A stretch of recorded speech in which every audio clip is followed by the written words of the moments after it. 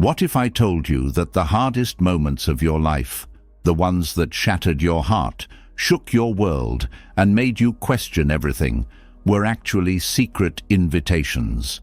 What if every storm you've survived wasn't just bad luck, but a doorway into something deeper?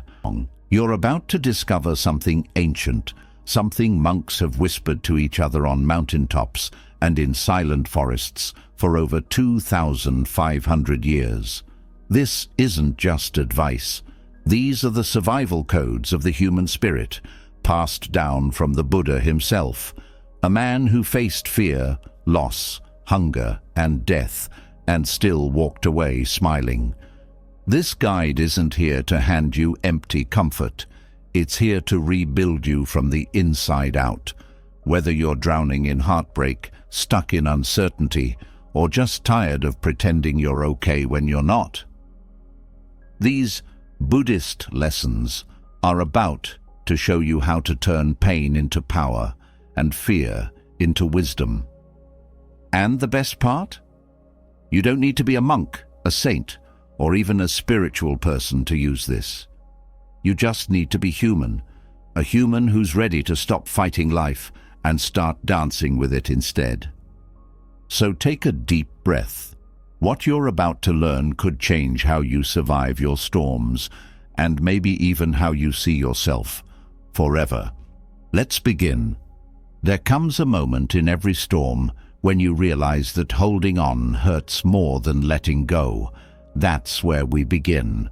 After all, what breaks us most in life is not the pain itself, but the way we cling to how life should be, even when life has already decided to be something else. This is where the heart of Buddhist wisdom opens its hands to us, offering a gift that feels strange at first, almost like an empty box. That gift is emptiness, or shunyata, a teaching so misunderstood that most people fear it before they even try to understand it. But the truth is, emptiness is not the absence of life. It's the key to surviving it. In Buddhism, emptiness doesn't mean nothingness. It doesn't mean your life doesn't matter. It doesn't mean you should stop caring or give up hope. Emptiness is something much more tender and much more powerful. It's the understanding that everything, including your pain, your identity, your story, and even this moment, is not as solid as it seems. When life punches you in the chest, your mind scrambles to hold on to something, a reason, a blame, a sense of control. But what if the first layer of suffering comes from that very grasping? What if the pain of losing a job, a loved one, your health, or your sense of self is only made heavier by the belief that you ever truly owned those things in the first place? Emptiness is not a cold void.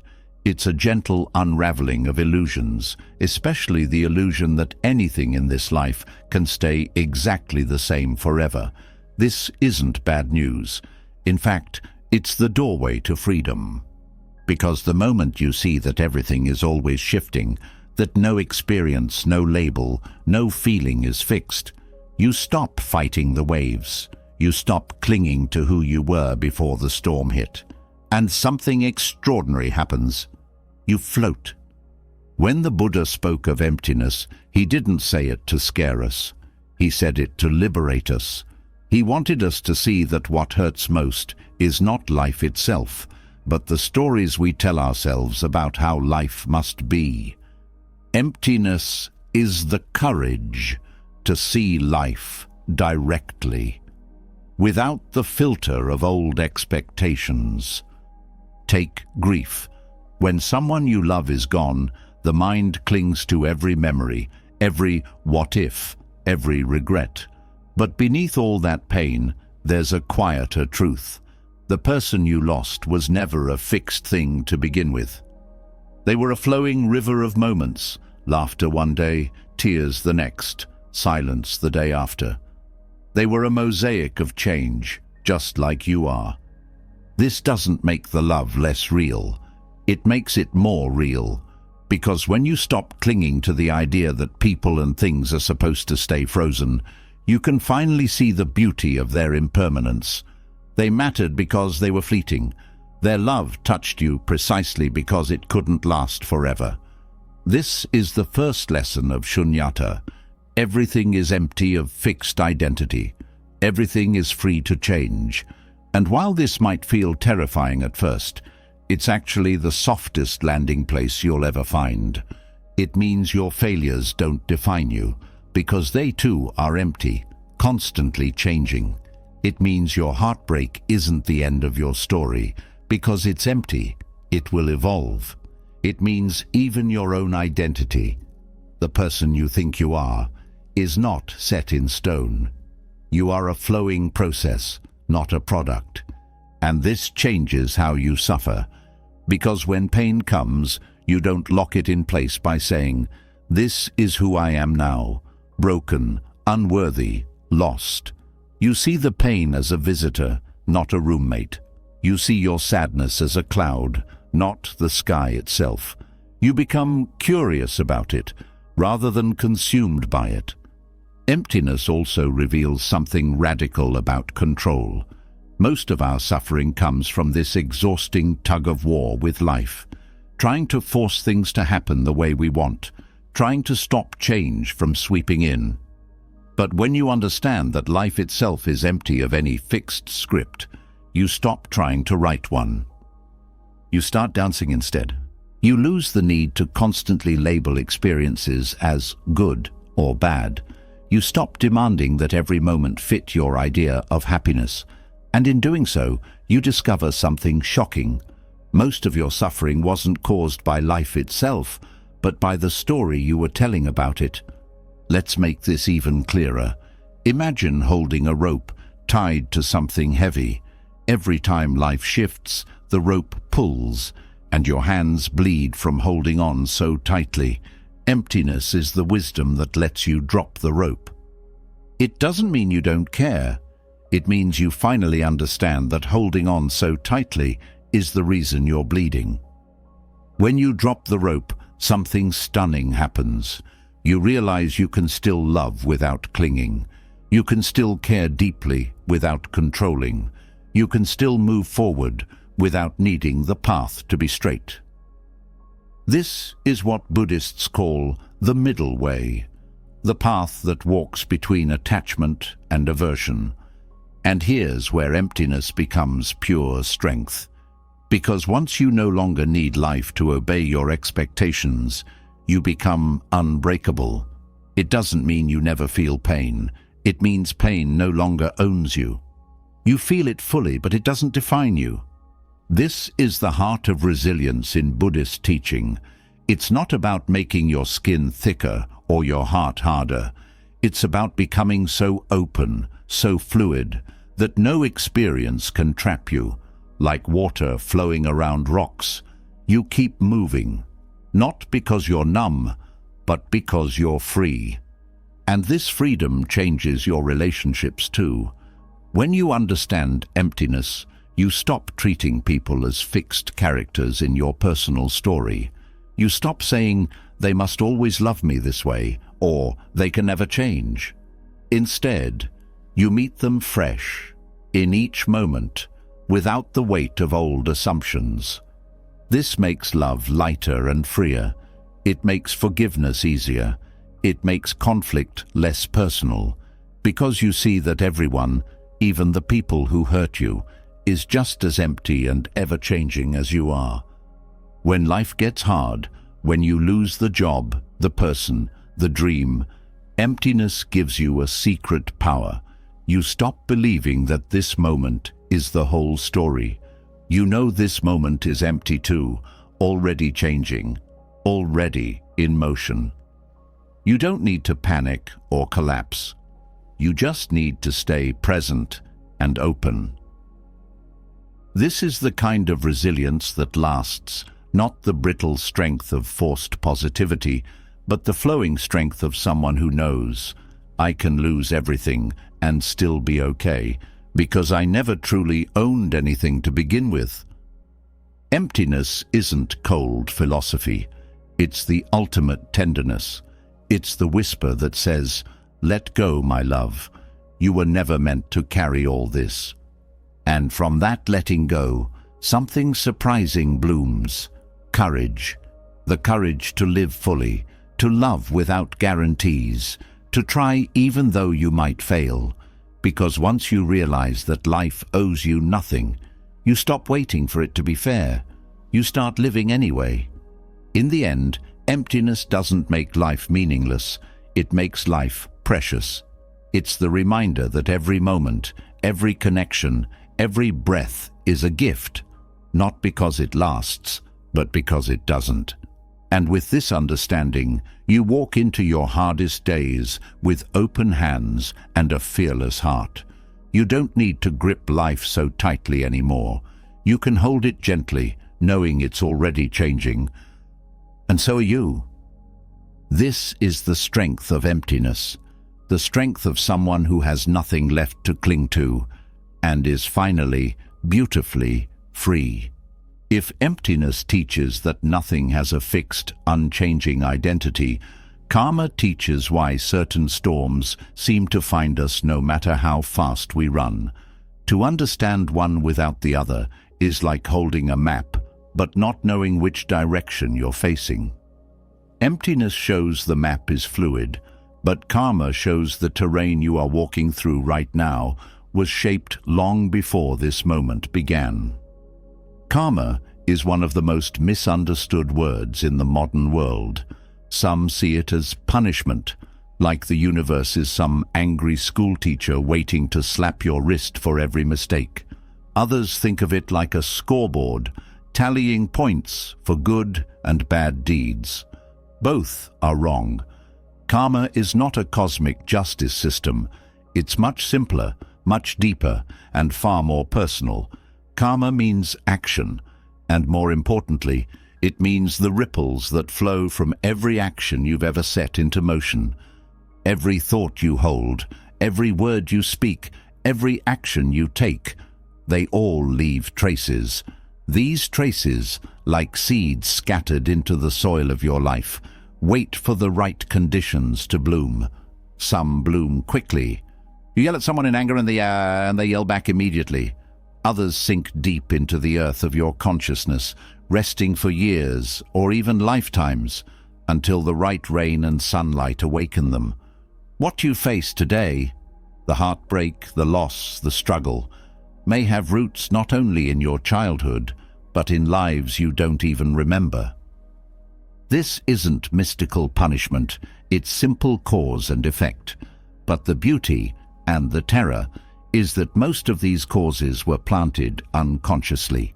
Every time you reacted without awareness, every time you grasped tightly out of fear, every time you turned away from compassion, you planted a seed. And because karma doesn't operate on human timelines, those seeds could bloom long after you've forgotten where they came from. This is why life sometimes feels so unfair. We forget the actions, but we live the effects. And because human memory is short, the mind creates a new story. This is happening to me, not because of me. We feel like victims of fate, not participants in it. But karma is not fate. Fate is something that happens to you. Karma is something that flows from you, whether you see it or not. When hardship arrives, Buddhist wisdom does not ask you to blame yourself or to collapse into guilt. Guilt is just another form of self-attachment. Instead, you are invited to wake up, to pause and ask, what seeds am I watering right now? Even if I can't see where this storm began, what am I feeding with my current thoughts, words, and actions? Am I adding fear to fear? Am I meeting anger with more anger? Or am I choosing to plant a different seed, even in this bitter soil? Karma doesn't mean every painful thing in your life is your fault. It means every painful thing is an opportunity to respond differently than you did before. This is how karmic cycles break, not through punishment, but through conscious response. Every time you choose awareness over reaction, compassion over blame, presence over escape, You interrupt a cycle that might have been spinning for lifetimes. Difficult times are where karma ripens the fastest. This is because suffering forces you to face what you usually avoid. When life is easy, it's simple to cover your blind spots with comfort, distraction, and busyness.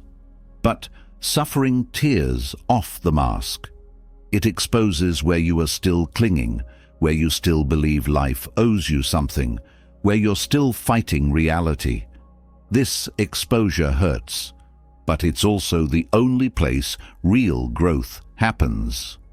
When you begin to see hardship as karmic weather, not a punishment, but a natural unfolding of past conditions, everything changes.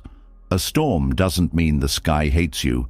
It just means certain winds were already moving before you woke up this morning. You don't have to take it personally, but you do have to decide, how will I walk through this rain? Will I curse the sky, or will I learn how to dance in the downpour? Understanding karma also dissolves the illusion of being a lone victim in a cruel world. Your karma is not separate from others. Every action ripples outward, touching lives you may never meet again. The harsh words you spoke to a stranger years ago might have fueled the anger they carried home to their child. The kindness you offered to someone who felt invisible might have saved them from stepping off a ledge. Every action plants seeds, not only in your own life, but in the collective field we all walk through together. This means that even your personal suffering is rarely personal. It's connected to countless invisible causes, cultural, historical, ancestral, all merging into the present moment. This doesn't remove your responsibility, but it adds perspective. You are not a single player in a private tragedy. You are part of a vast, shared web of cause and effect. This is why wisdom in difficult times is not found in asking, "Why me?" but rather in asking, "What now?" The past has already ripened into this moment. You cannot unplant old seeds, but you can choose how you respond. Every response becomes the seed of future experience. Meet this moment with bitterness, and you water bitterness. Meet it with presence, and you water freedom. Karma also teaches patience. Some suffering is old, ancient even, arising from causes you will never fully understand. This is why not every storm will disappear just because you meditate or pray or practice kindness for a week.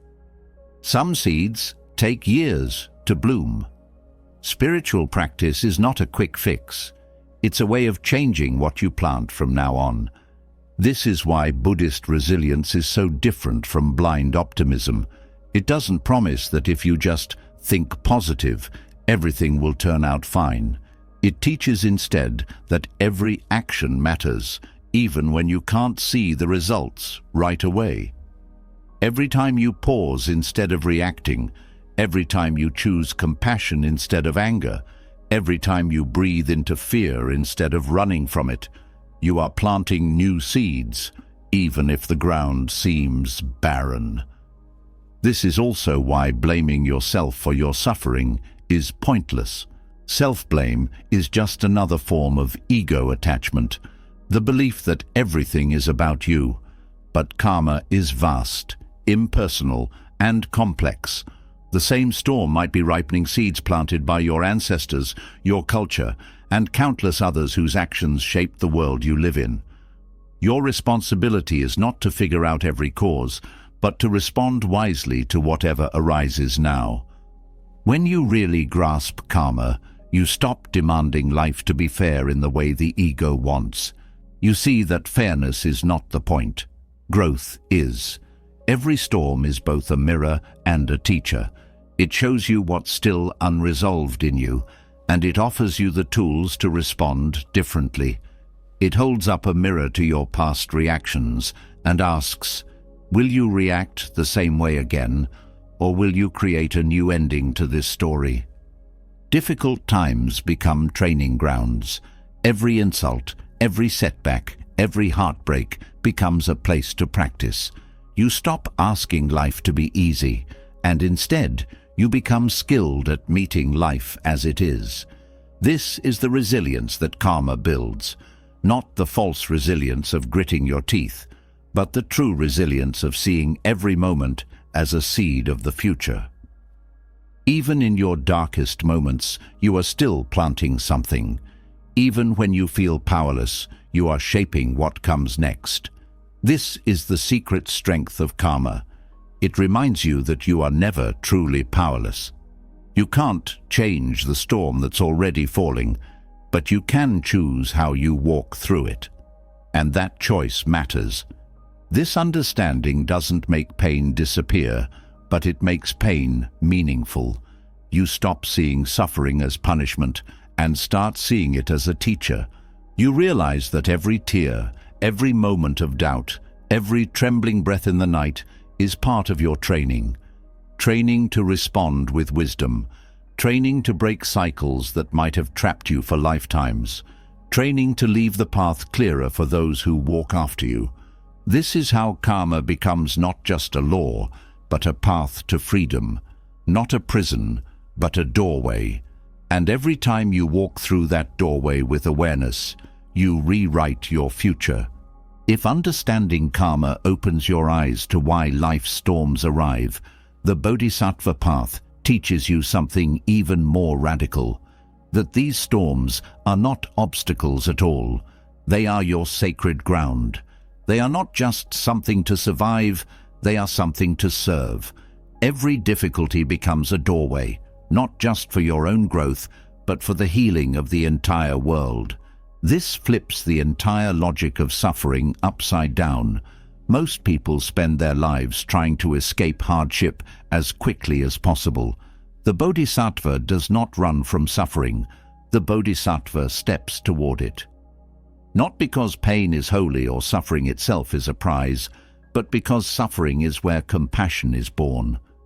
Without touching suffering directly, the heart stays small. The self stays fragile. And the world remains divided between those who suffer and those who turn away. The Bodhisattva path is the ancient vow to never turn away, not from your own pain, and not from the pain of anyone else. This path is not about fixing everything, because you can't. It's about staying present with what hurts. Without running, without numbing, without closing your heart. This presence alone begins to dissolve the boundary between self and other, between my suffering and your suffering, until you see clearly, there is only suffering, and we're all responsible for each other's healing. This is not martyrdom. It's not about sacrificing yourself until you collapse. It's about understanding that your suffering and the suffering of the world are woven from the same thread. You are not separate from the collective pain. And so, every time you meet your own suffering with compassion, you are also healing the collective wound.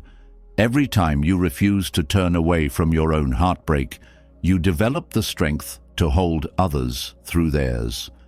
This changes everything, because it means even your hardest days are part of something greater than you. Your grief becomes training to sit beside someone else's grief.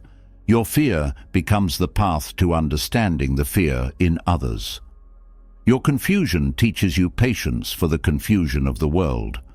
Every personal storm becomes a gift you can eventually offer back, not in words or advice, but in the simple, powerful presence of someone who knows what it feels like to hurt and who doesn't flinch in the face of suffering. The Bodhisattva path reveals a hidden truth. Adversity is not the opposite of spiritual practice. It is the heart of spiritual practice. When life is easy, compassion is easy. When you have what you want, kindness flows effortlessly. But true compassion, the kind that can heal the world, is forged in the fire of not getting what you want. It is tested when life breaks apart and you are left with nothing but your raw humanity. If compassion can bloom there, in the soil of your own heartbreak, it can bloom anywhere. This is why the Bodhisattva sees every difficulty as sacred, not because pain itself is sacred, but because pain is where your heart breaks open, and an open heart is the only thing strong enough to hold this world as it is. The Bodhisattva does not pray for an easy life. The Bodhisattva prays for the courage to stay open no matter what life brings. This does not mean passively accepting injustice or abuse. Compassion is not weakness. In fact, the more you practice compassion through hardship, the clearer your boundaries become. When you meet your own suffering with love, you begin to understand that no one deserves to suffer unnecessarily, including yourself. Compassion gives you the strength to say no to injustice, to cruelty, to the voice inside you that says you are not worthy of love. Real compassion stands up, not with anger, but with clarity. This path also dissolves the question most people ask during hard times: why me? The Bodhisattva asks a different question: how can this be used for the benefit of all beings? This doesn't mean bypassing your pain or pretending to be wise when you feel broken.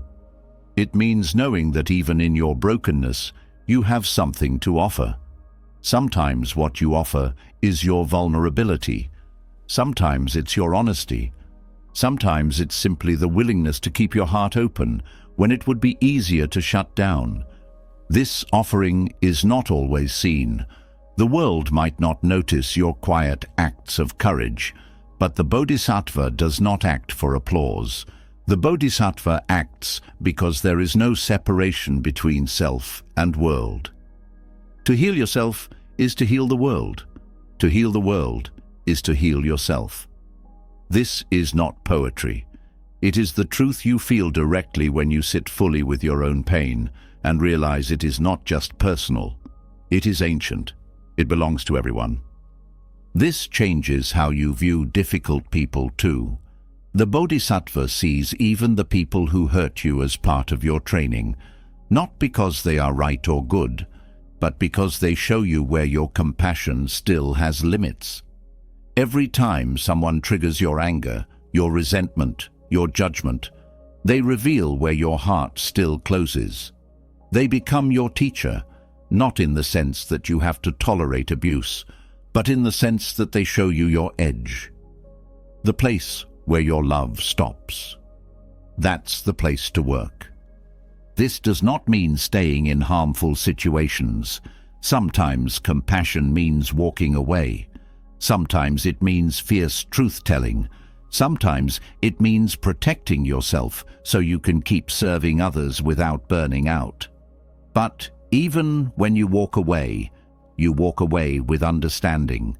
This person is suffering too. Hurt people hurt people. That does not excuse harm, but it explains it. And that understanding frees you from the prison of bitterness. The Bodhisattva path also transforms how you see failure. In this culture, failure is treated like poison, something to avoid at all costs. But in Buddhism, failure is sacred ground. Every time you fall apart, every time you lose your way, every time you break your own vows, you are given the chance to learn something real. Not spiritual perfectionism, but real, raw, humble truth about who you are and what you need to heal. The Bodhisattva does not fear failure, because failure is part of the training. This changes how you pray too. Most prayers are requests for life to change, for pain to end, for something to arrive or disappear. The Bodhisattva prays for courage to face life exactly as it is, not because they are resigned, but because they know that every moment, even the terrible ones, are part of the awakening path. Nothing is wasted. Nothing is outside the path. Even hopelessness becomes part of the path. Sometimes the most compassionate thing you can do for yourself is to sit quietly with your hopelessness, not to fix it, but to listen to it, to ask, What does this hopelessness want me to see? Maybe it wants you to see that you've been carrying the weight of the world alone. Maybe it wants you to see that you've been running from your own needs. Maybe it wants you to remember that you are not the savior of the world. You are just one human heart, doing your best. This humility is powerful. It strips away the illusion that you have to be perfect, wise, or enlightened to be of service. You don't. The Bodhisattva serves from exactly where they are, messy, human, incomplete. This is what makes their compassion real. It's not theoretical. It's born from blood and bone, from broken hearts and trembling hands.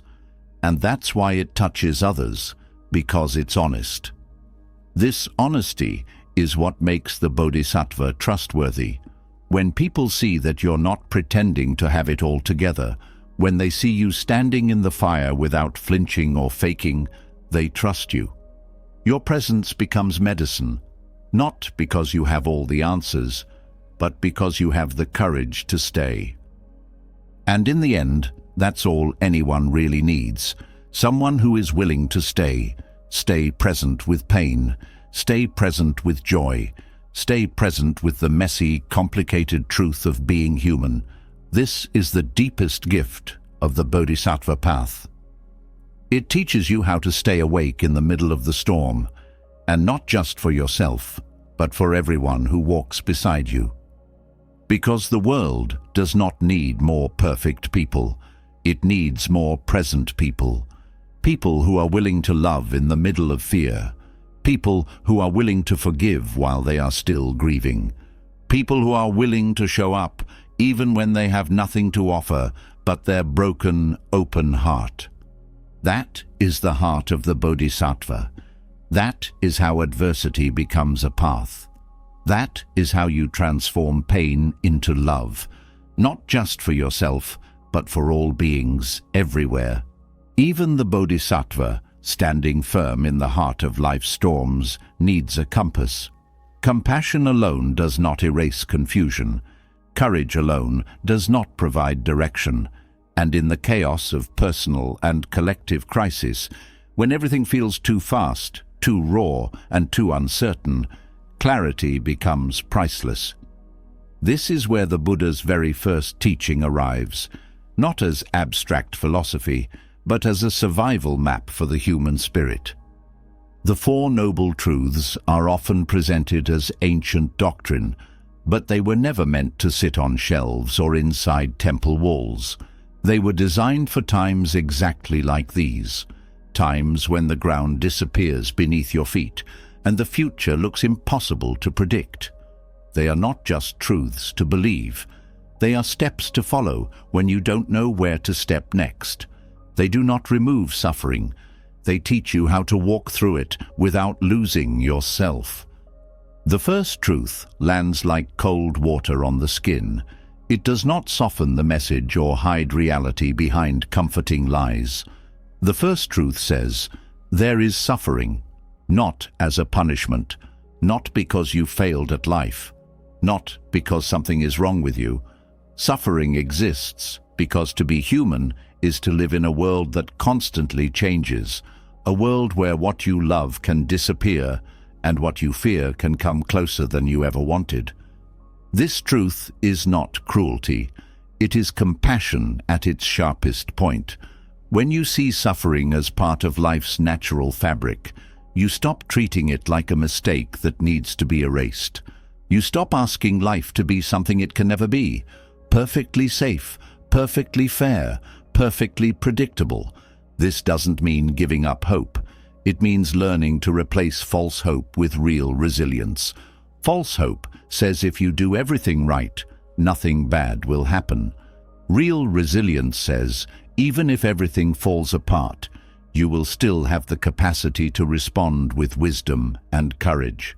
The first noble truth removes the illusion that life owes you comfort, but in doing so, it offers a deeper comfort, the comfort of truth itself, the comfort of no longer needing to resist reality.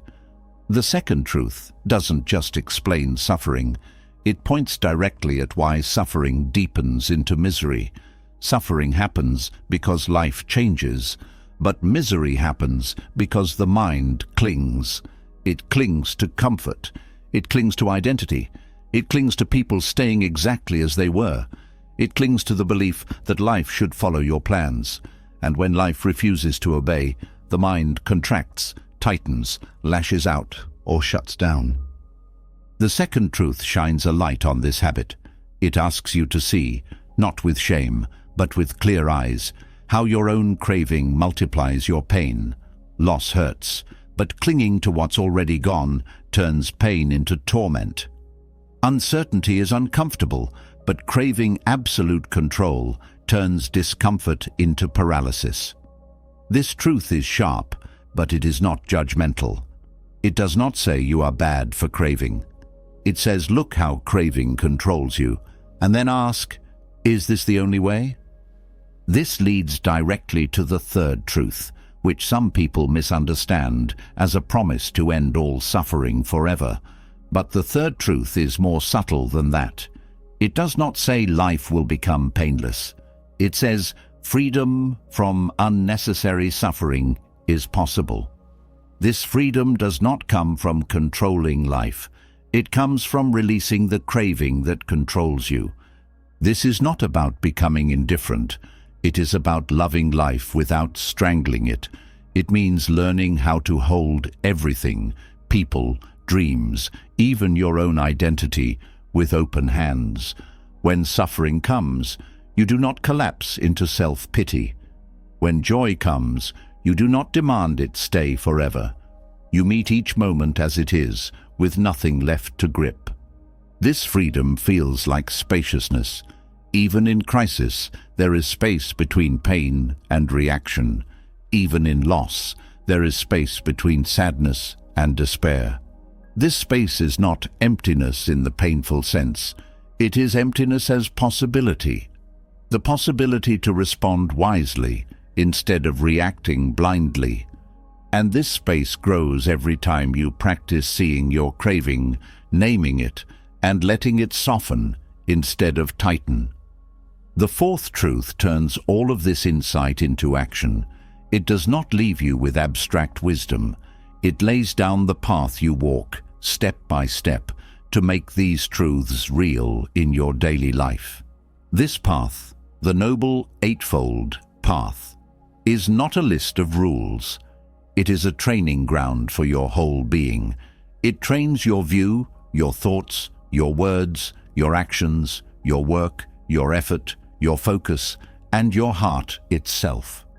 Right view is the wisdom to see that everything is interconnected and impermanent. In crisis, right view reminds you that no matter how isolated you feel, your pain is not personal. It arises from countless conditions, many outside your control. This releases the toxic belief that suffering means you failed. Right view replaces self-blame with humility, the humility to know you are part of something larger than your personal story. Right intention is the willingness to meet each moment, even the hard ones, with compassion instead of self-protection. In crisis, this means refusing to let fear harden your heart. It means even when you are afraid, you choose to cause no harm, neither to yourself nor to others. This intention becomes your inner compass when everything outside feels chaotic. Right speech means, in crisis, you choose your words carefully, because words can either stabilize the storm or make it worse. You don't suppress your truth, but you speak it with care, knowing that every word plants a seed. Right action means, even in pain, you act with integrity. You don't use suffering as an excuse to abandon your values. Even when no one is watching, you choose kindness over cruelty, honesty over lies. Right livelihood means you examine not only what you do for work, but how you contribute to the world, especially in crisis. Are you adding to the collective fear or helping calm it? Are you exploiting others' fear or offering something real. Right effort means you don't numb out or give up, but you also don't force yourself to solve everything overnight. You stay with what's real, step by step, without drowning in overwhelm. Right mindfulness means you do not abandon your body or your breath. In crisis, it's easy to live entirely in the mind, spinning stories, predicting disasters. Right mindfulness brings you back to now, to this breath, this sensation, this moment. This grounds you when everything feels unstable. Right concentration means even in the storm, you cultivate inner stillness, not by suppressing thoughts, but by focusing your attention on what is steady, your breath, your body, your core values. This stillness is not escape. It is the ground beneath your feet, the clarity that lets you see through panic and make wise choices. Together, these 8 practices are not a checklist. They are a way of walking, a way of living every day, especially when life hurts. You don't wait until crisis is over to practice them. You practice them in the middle of the storm, even when you feel weak, even when your heart shakes. This path does not promise you won't suffer. It promises you will suffer wisely. It promises that suffering will not be wasted. It will become your teacher, your training ground, your offering back to the world. Every step you walk with awareness becomes a blessing to those who come after you, because your courage to meet your suffering with wisdom makes it easier for others to do the same. The 4 Noble Truths are not abstract. They are medicine for real life. They are the map you follow when the road disappears. They are the hand you hold in the dark. They are the reminder that even now, even here, you're still on the path. You have not failed. You have not fallen off. As long as you keep walking, you're practicing, and every step, no matter how painful, is part of your awakening. It is one thing to know the path exists, and quite another to stay on it when the weight of life feels too heavy to bear. Knowing the 4 Noble Truths gives you a map, but maps do not walk for you. They do not carry your exhaustion. They do not quiet the noise inside your mind when fear, grief, and frustration start screaming all at once. This is where the practice of samadhi enters, not as philosophy, but as the inner power that helps you hold steady when everything else pulls you apart. When most people hear the word meditation, they think of relaxation, they think of stress relief or a peaceful state of mind. But this is not the kind of meditation that builds endurance. Samadhi is something far deeper, far sharper. It is the ability to bring the mind to such complete stillness, such unshakable focus, that the usual storms of thought and emotion lose their power to pull you away. It is not about escape. It is about becoming unmovable right in the middle of life's chaos. This kind of concentration does not happen by accident. It is built the way strength is built, through deliberate practice, through friction, through sitting with exactly what you would rather avoid. Every time your mind wanders and you gently bring it back, you are training the muscle of endurance. Every time you stay present with a painful feeling instead of distracting yourself, you are learning how to bear the unbearable. This is the heart of meditative endurance, the willingness to stay with reality as it is, without needing to escape into fantasy, denial, or reaction. This skill is rare because it requires facing the part of you that always wants to run. It asks you to sit directly in the fire, not because you enjoy suffering, but because you want to know the truth beneath it. And the truth, once you are still enough to see it, is that pain itself does not break you. It is the inner resistance to pain that shatters the heart.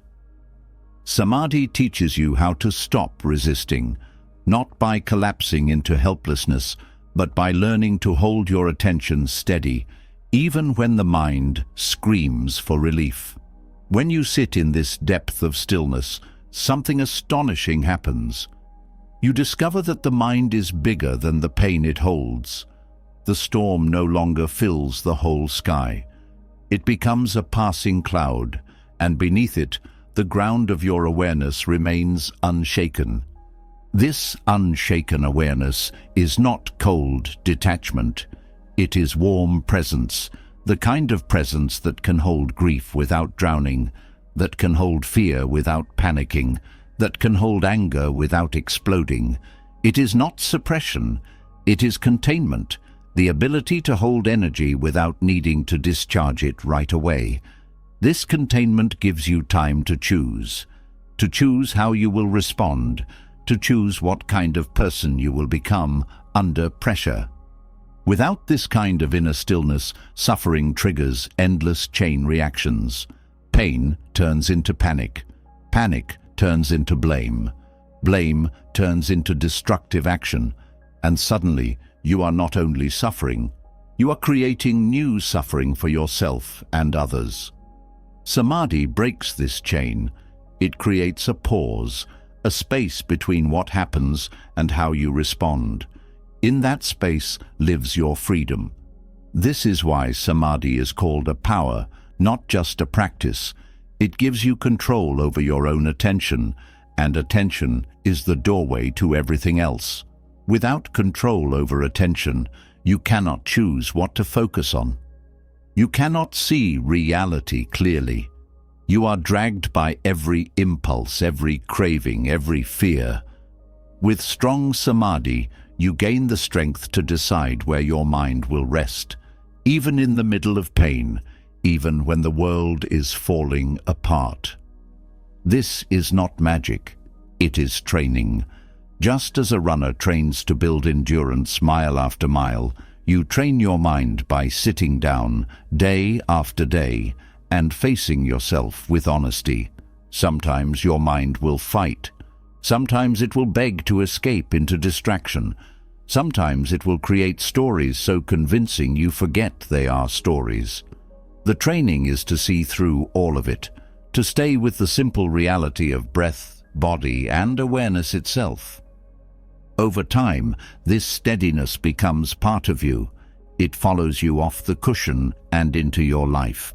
In arguments, you notice the impulse to speak in anger, but you do not act on it. In fear, you notice the tightening in your chest, but you do not run. In loss, you notice the ache of grief, but you allow it to pass through without collapsing. This is the gift of meditative endurance, the ability to feel everything without being possessed by any of it. This steadiness also reshapes your sense of time. When suffering arrives, the mind panics, not just because the pain is intense, but because it projects the pain into the future. It believes this moment will last forever. Samadhi interrupts that belief. It brings you back to just this breath, just this moment, and reminds you, no feeling is final. This direct knowing dissolves despair, because despair thrives on the belief that suffering is endless. The deeper your concentration grows, the more you discover a different kind of strength. A strength that does not come from willpower or control, but from allowing everything to rise and fall without clinging to any of it. This is not passivity. It is radical presence, the ability to stay awake through discomfort, through boredom, through fear, because you trust reality more than you trust your own thoughts about reality. This level of trust does not come from belief. It comes from direct experience. Every time you sit still through a difficult feeling and watch it pass without needing to fix or fight it, you gain unshakable confidence in your own resilience. You learn, not intellectually but in your bones, that you can survive what you thought would break you. This knowledge cannot be given to you by a teacher or a book. It comes from the practice itself. Over time, Samadhi rewires your relationship to suffering. Suffering no longer feels like an emergency that demands immediate escape. It becomes a visitor you know how to sit with. Not because you enjoy pain, but because you have learned the deeper truth. Pain is not the enemy. Unconscious reaction is the enemy. When you hold stillness in the face of suffering, you break the habit of reaction. You interrupt the ancient cycle of panic and craving that keeps suffering alive. This is why deep concentration practice is considered essential in Buddhist training. Without it, wisdom remains theoretical. You might understand impermanence intellectually, but without concentration, the first wave of suffering knocks you over anyway. You might know attachment causes suffering, but without concentration, craving still controls your choices. Samadhi bridges the gap between understanding and real freedom. This is why it is called endurance. It is the strength to stay awake through every season of life, not just the pleasant ones. It is the strength to sit with your loneliness instead of running to distraction. It is the strength to breathe through fear instead of reacting in anger. It is the strength to watch your own mind without believing everything it says. This strength does not make you cold.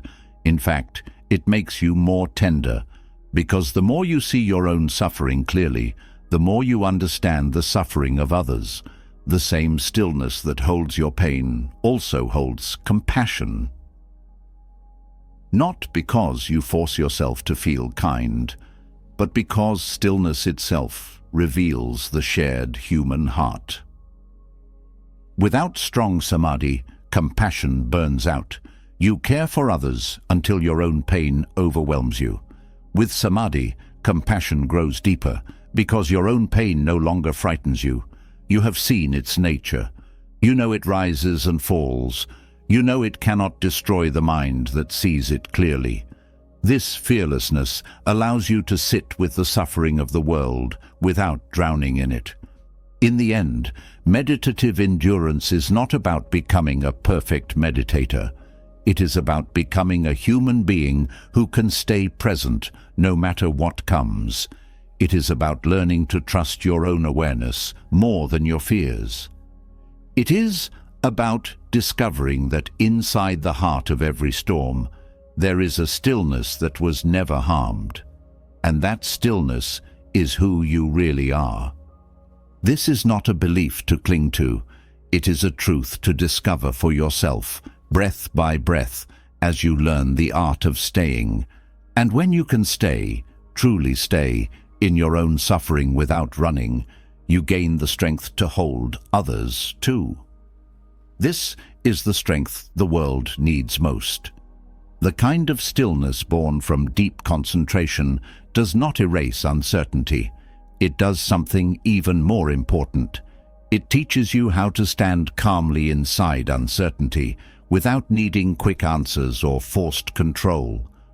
This is a rare strength because human minds are wired to crave certainty like air. But life does not offer certainty, no matter how much effort you throw at it. This craving for solid ground is at the root of so much suffering, not because certainty exists somewhere and you just haven't found it yet, but because certainty itself is a misunderstanding of life's nature. And this is where the Heart Sutra enters, like a bright flare cutting through the night sky. The Heart Sutra is not long. In fact, its power comes from how much it strips away. It does not hand you comforting beliefs. It does not offer promises that everything will work out the way you want. Instead, it drops a truth so radical, so direct, that it cracks open the very foundation of fear itself. The Heart Sutra declares, "There is no solid ground to stand on, and that is your freedom." This teaching can feel terrifying if you hear it with the ordinary mind. The part of you that wants answers, guarantees, control. But the Heart Sutra is not speaking to that part of you. It is speaking to the part of you that is already free, the part that knows how to float in open space without panic, the part that does not need a map because it knows how to trust the sky itself. The famous mantra at the heart of the sutra, Gate Gate Paragate Parasamgate Bodhisvaha, is not just ancient poetry. It is a direct instruction on how to move through uncertainty, not by fighting it, but by surrendering to its flow. The words themselves are often translated simply as gone, gone, gone beyond, utterly gone beyond, awakening, so be it. But these words only come alive when you understand what they are asking you to release. Each gate is a call to let go of the illusion of fixed ground. The first gate invites you to release your grip on external certainty, the belief that safety will come from controlling the world around you. The second gate asks you to release your grip on internal certainty, the belief that safety comes from controlling your own thoughts and feelings. Gone beyond is the moment when you step completely outside the illusion that life can ever be made stable. It is not resignation, it is relief. The relief of no longer trying to force water into the shape of stone. Utterly gone beyond is the point where you float freely, no longer demanding that life become predictable before you can relax. This is the wisdom of the Heart Sutra. Nothing is fixed, and that is not a flaw in the design. It is the very nature of freedom itself. When you stop demanding guarantees, you discover something surprising. What you were really seeking was not certainty. It was the peace that comes from trusting life directly, without conditions. This trust is not blind optimism. It is the deep confidence that even in chaos, even in loss, even in groundlessness itself, awareness can remain steady. You do not need certainty to walk forward. You do not need answers to take the next breath. All you need is the willingness to take each step without needing to see the entire path. The mantra becomes a lifeline when fear rises, because it speaks directly to the part of you that already knows how to let go. Every repetition is a reminder. You do not need to hold on to anything, not even your own idea of who you are, to survive this moment. Gone, gone, gone beyond, utterly gone beyond. Each phrase dissolves another layer of clinging. First, the clinging to control, then the clinging to identity, then the clinging to the belief that suffering can only end if life becomes perfect. Finally, the last clinging, the clinging to the illusion that there is any separate you that needs protecting at all. This is not intellectual. It is felt directly when you repeat the mantra, not as a wish, but as a letting go in real time. You drop the need to know how this crisis will end. You drop the need to solve every problem immediately. You drop the need to defend your pride, your role, your story. And as each layer drops, what remains is pure presence, awake, raw, fully alive, and strangely fearless. This fearless presence is not bravado. It is the fearlessness that comes from knowing you can lose everything and still be whole. Because what you truly are was never your job, your health, your reputation, or your plans. What you truly are is the awareness that has watched every version of your life rise and fall. That awareness cannot be broken because it was never a thing in the first place. It is the open space in which life happens. And that space has never been harmed. The Heart Sutra calls this realization the perfection of wisdom, but it does not mean intellectual understanding. It means seeing directly that there is nothing to hold on to, and therefore nothing to fear. Every loss teaches this if you let it. Every broken plan reveals this if you stop resisting. Every uncertain future points back to this present breath, where life actually happens. This is why the Heart Sutra does not comfort you with promises of a happy ending. It gives you something much better, the direct taste of freedom within the storm itself. The mantra does not change your circumstances. It changes how you meet them, until you see that fear itself was always a misunderstanding of what you are. The practice is simple, but not easy. When fear rises, you silently repeat the mantra, not as a magic spell to erase fear, but as a reminder to let go into the fear, to walk forward without needing guarantees. This trains the heart to become comfortable in open space, and over time, the open space feels more trustworthy than the illusion of control ever did. This shifts your whole orientation to life. Instead of using spiritual practice to get what you want, you use it to learn how to want nothing from life except reality itself. This does not mean you stop caring. It means you stop bargaining with life. You no longer say, "I'll be okay only if things go my way." You say, "I'll be okay because I no longer need life to go my way." That is ultimate freedom, and it is available not after the storm, but right in the middle of it. The mantra is a doorway, and every time you walk through it, you remember, this moment, even this one, is workable. Not because it's comfortable, but because you are no longer demanding comfort before you allow yourself to trust life. Over time, this practice changes your relationship with uncertainty itself. You stop seeing it as a threat.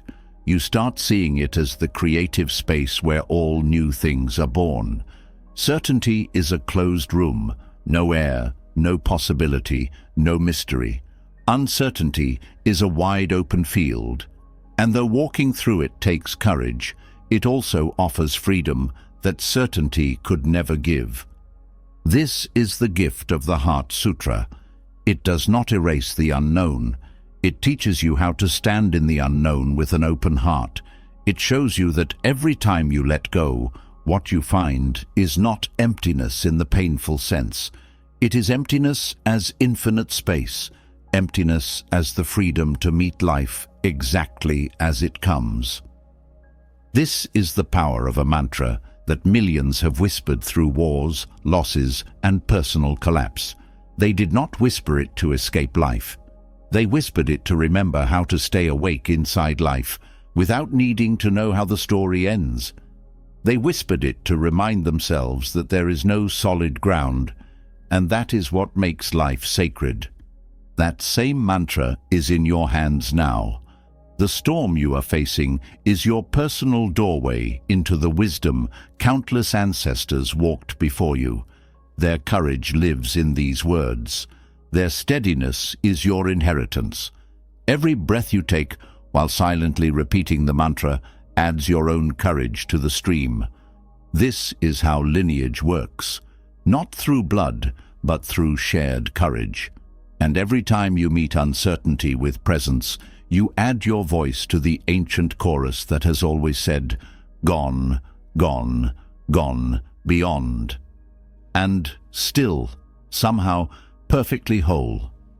Even with the strongest mantra in your heart, even with the deepest meditative stillness anchoring your breath, there will be moments when your own strength feels thin. It happens to everyone. Some storms are too heavy to hold alone. No matter how much wisdom you carry, no matter how sincere your practice, there will come a time when your own mind turns against you and the weight of your own story becomes too much to bear. This is not failure. It is proof that you are human. The Buddha understood this so deeply that he refused to place individual practice at the center of the path. He placed community there. Sangha, the spiritual community, was not an optional extra for those who needed company. It was understood as essential medicine because no one walks the path of awakening alone. Isolation is not strength. It is vulnerability disguised as pride. And pride cracks easily under pressure. A Dharma friend is not just a buddy who shares your beliefs. A Dharma friend is someone who is committed to walking beside you when you forget how to walk yourself. They do not carry you. They remind you how to stand again. They do not solve your suffering for you. They reflect your own inner wisdom back to you when you cannot see it. This reflection is precious because the human mind is a hall of mirrors, and in crisis, it is nearly impossible to see yourself clearly without help. But not every friend can do this. Ordinary friendship is often built on comfort, shared opinions, or the desire to feel good. Dharma friendship is built on ethical commitment, the agreement that both of you are here to help each other wake up, not to entertain each other or soothe each other's egos. This makes Dharma friendship fierce love, the kind of love that holds up a mirror when you want to hide, the kind of love that stays when you want to run. This kind of friendship requires mutual commitment to truth, not truth as personal opinion, but truth as the willingness to see things as they are, even when it's uncomfortable, even when it hurts. When you're lost in self-pity, a Dharma friend does not offer shallow comfort. They offer clarity. They remind you of the impermanence you forgot. They name the craving that is driving your suffering. They help you see that even in pain, you still have choice. The choice to meet this moment with awareness or with reaction. This honesty can feel sharp if you are used to friendships built on mutual avoidance. Many friendships crumble under the pressure of crisis because they were built on shared illusions. The illusion that life can be controlled. The illusion that comfort is more important than truth. The illusion that honesty can be sacrificed to preserve harmony. But Dharma friendships are built for storm weather. They are forged in the understanding that the whole point of spiritual friendship is to wake up together, even if it hurts. This does not mean Dharma friends are harsh. It means they care too much to lie to you. They care too much to let you stay asleep when you could open your eyes. And they expect the same from you. This mutual responsibility creates a bond that is rare in this world, because it is not based on convenience or entertainment. It is based on the shared vow to walk the path no matter what comes. Dharma friendships also dissolve the poison of shame. When you suffer in isolation, the mind quickly creates stories. Stories that you are broken, that no one else struggles like you do, that real practitioners do not fall apart like this. But in honest spiritual friendship, you hear the truth. Everyone falls apart. Everyone doubts. Everyone forgets. Everyone collapses under the weight of their own fear sometimes. The difference is whether you have someone who will sit beside you until you remember your own strength. This is why the Buddha said, Sangha is not just important. It is one of the three jewels, one of the central refugees that protect the heart on the path. Without Sangha, even the clearest teachings can become distorted by the mind's endless ability to twist wisdom into self-judgment. Without Dharma friends, you lose the precious mirror that shows you your blind spots, the places where you are still clinging, still hiding, still trying to manipulate life to fit your expectations. A true Dharma friend does not judge these blind spots. They shine light on them with love, because they know the same blind spots live in them too. This shared vulnerability creates the conditions for deep trust, the kind of trust that does not collapse when you show your darkest self. In a world where most people only present their polished surface, this kind of raw honesty is medicine for the soul. Ethical friendship also means holding each other to the highest standard of integrity, especially when life gets hard. In crisis, it is easy to justify cutting corners, saying cruel words because you're in pain, abandoning your practice because life feels unfair, blaming others instead of looking inward. A Dharma friend does not allow you to shrink like this. They remind you of your vows, not as punishment, but as a reminder of your own dignity. This accountability is not control. It is love. It is the kind of love that says, I see you as bigger than this moment. I see the wisdom in you, even when you forget it yourself. I know you are capable of meeting this storm with courage, because I have seen you do it before, and I will sit with you until you remember how to do it again. This is why Dharma friendship is not built quickly. It is forged over time, through shared practice, through shared silence, through the courage to tell each other the truth. It grows strongest when life breaks apart, because that is when the depth of the bond is tested. Anyone can be kind when life is easy. A real Dharma friend stays when life burns. This kind of friendship also protects you from spiritual isolation, the belief that your practice is only about your own awakening. The Buddha's path was never solitary. Even after his enlightenment, he sought companions, because awakening is not personal property. It is collective liberation. Every time you sit with your own suffering instead of projecting it onto others, you make the world a little gentler. Every time you help a Dharma friend return to their own wisdom, you lighten the collective load. In crisis, this collective aspect becomes even more essential. Personal suffering often blinds you to the suffering of others. But when you are held in the arms of real community, you remember that your pain is not private. It is shared.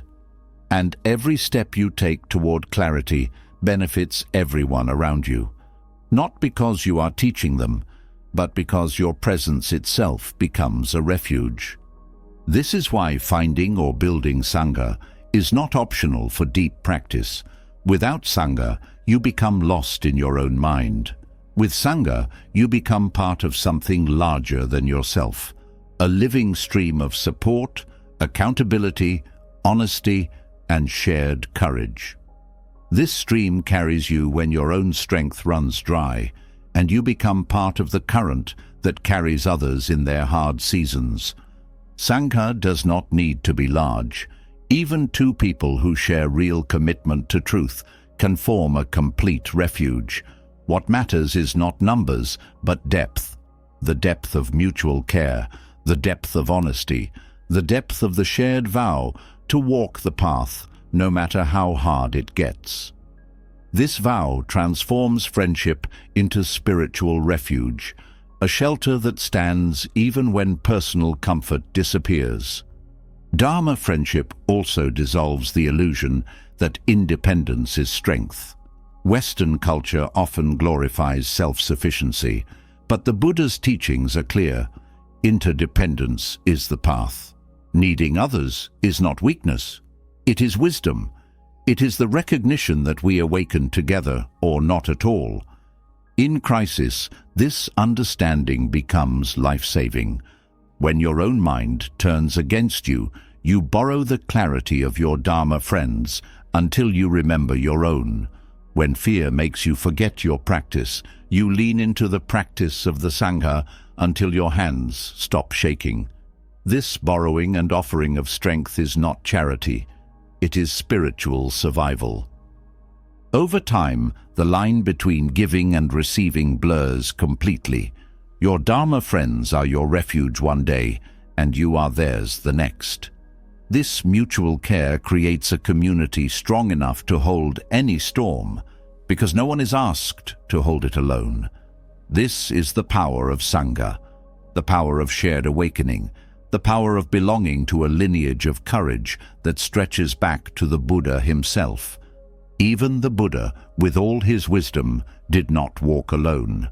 Neither should you. Even with the hands of your Dharma friends holding you steady, and the warmth of Sangha reminding you that you are not alone, there is still a part of the mind that resists. It is the part that whispers, "This needs to be over now." It is the desperate voice that cannot sit still inside uncertainty. It wants resolution, clarity, answers, and it wants them immediately. This urgency feels almost physical, like an itch inside the bones.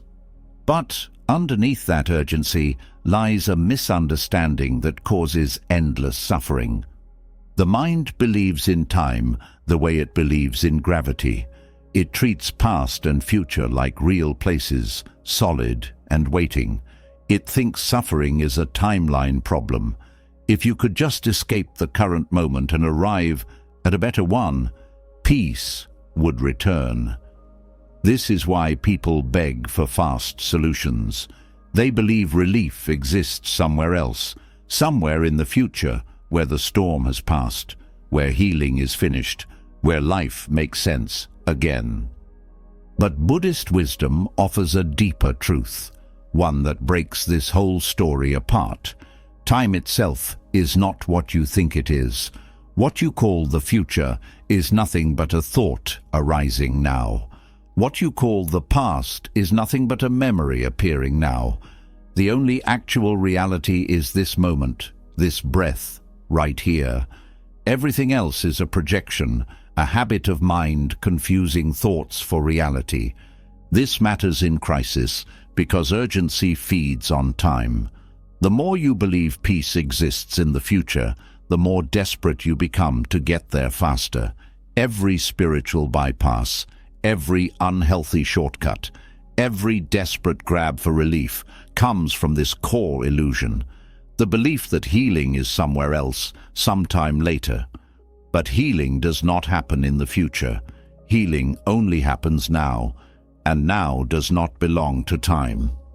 This is what Buddhist temporal philosophy reveals. Time is not a river you float down.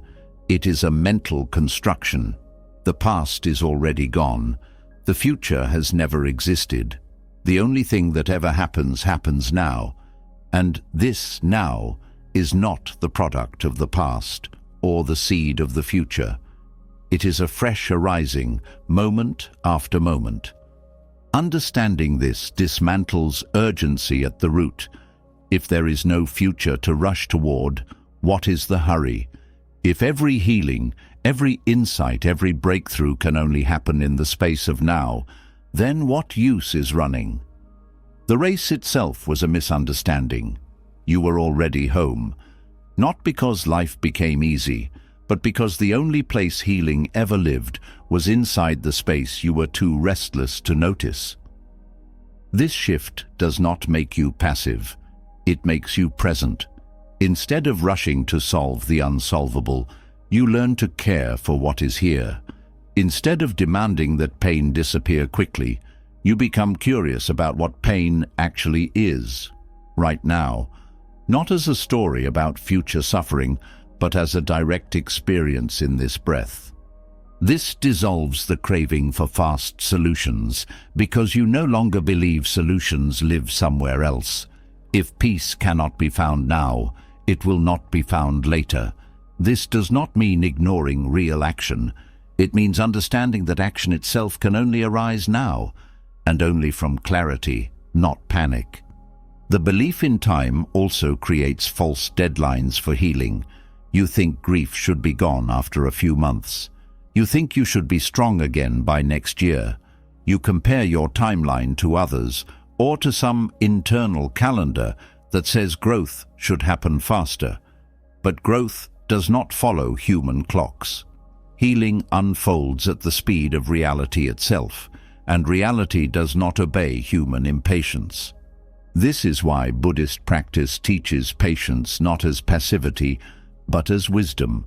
Patience is what happens when you stop fighting the natural pace of life. It is the courage to meet each moment without demanding it hurry up. This kind of patience is fierce, because it asks you to trust life's timing even when your heart is breaking. This trust is only possible when you see time for what it is, a mental habit, not a law of reality. The clock measures change, but it doesn't measure healing. Healing is not a product of hours passing. It is a product of presence deepening. Some moments reveal more truth in one breath than years of avoidance ever could. And some wounds take decades to soften, because the mind resists meeting them fully. When you understand time this way, you stop bargaining with reality. You stop saying, I'll be okay if this is over by next month. You stop setting deadlines for awakening. You stop treating spiritual practice like a race to the finish line. Instead, you become deeply intimate with now. You stop waiting for peace to arrive later. You stop postponing your own heart until conditions improve. This intimacy with now also dissolves the fear of the future, because you see clearly, the future is just a thought appearing now. It has no substance. It cannot harm you. All fear of the future is really fear of your imagination. Fear of a story the mind is telling itself in this very breath. This does not mean ignoring preparation or refusing to act wisely. It means acting without panic, because panic comes from believing the story is already real. This understanding transforms how you face crisis itself. Instead of seeing crisis as a bad period of time you need to escape, you see crisis as a series of moments, each one fresh, each one workable. You stop labeling the whole season bad and start meeting each breath inside the storm with curiosity instead of rejection. This attention to moment-by-moment reality does not mean forgetting the larger picture. It means understanding that the larger picture is always made of this moment. The healing you seek is not a future event. It's the way you meet this moment right now. If you meet this moment with clarity, you are already healing, not because the pain is gone, but because the relationship to the pain is no longer built on avoidance. This is the secret of timeless healing, the understanding that all healing is really the art of staying present, not waiting for the future to bring relief, but allowing this moment to reveal its full truth, including its pain, its beauty, and its wisdom. This is why Buddhist practice emphasizes direct experience over concepts. Concepts live in time. Experience only happens now. The craving to fix everything quickly comes from forgetting this.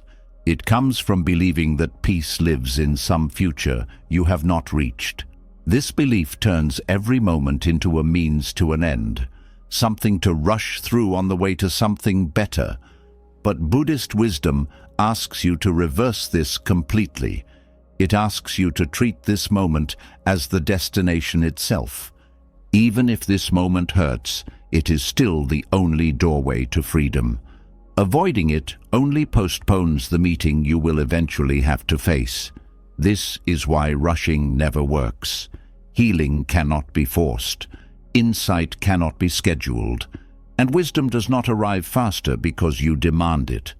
Wisdom arrives when you stop running away from now. This transforms even the idea of progress.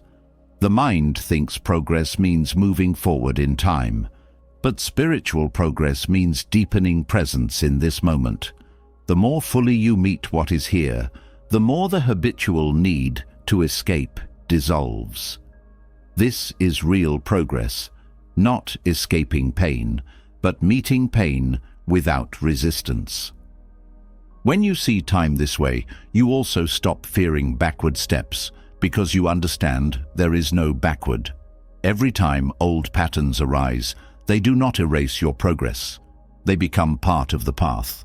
The path is not a line moving forward. It is a deepening spiral, always returning to now, but with new depth every time you meet yourself honestly.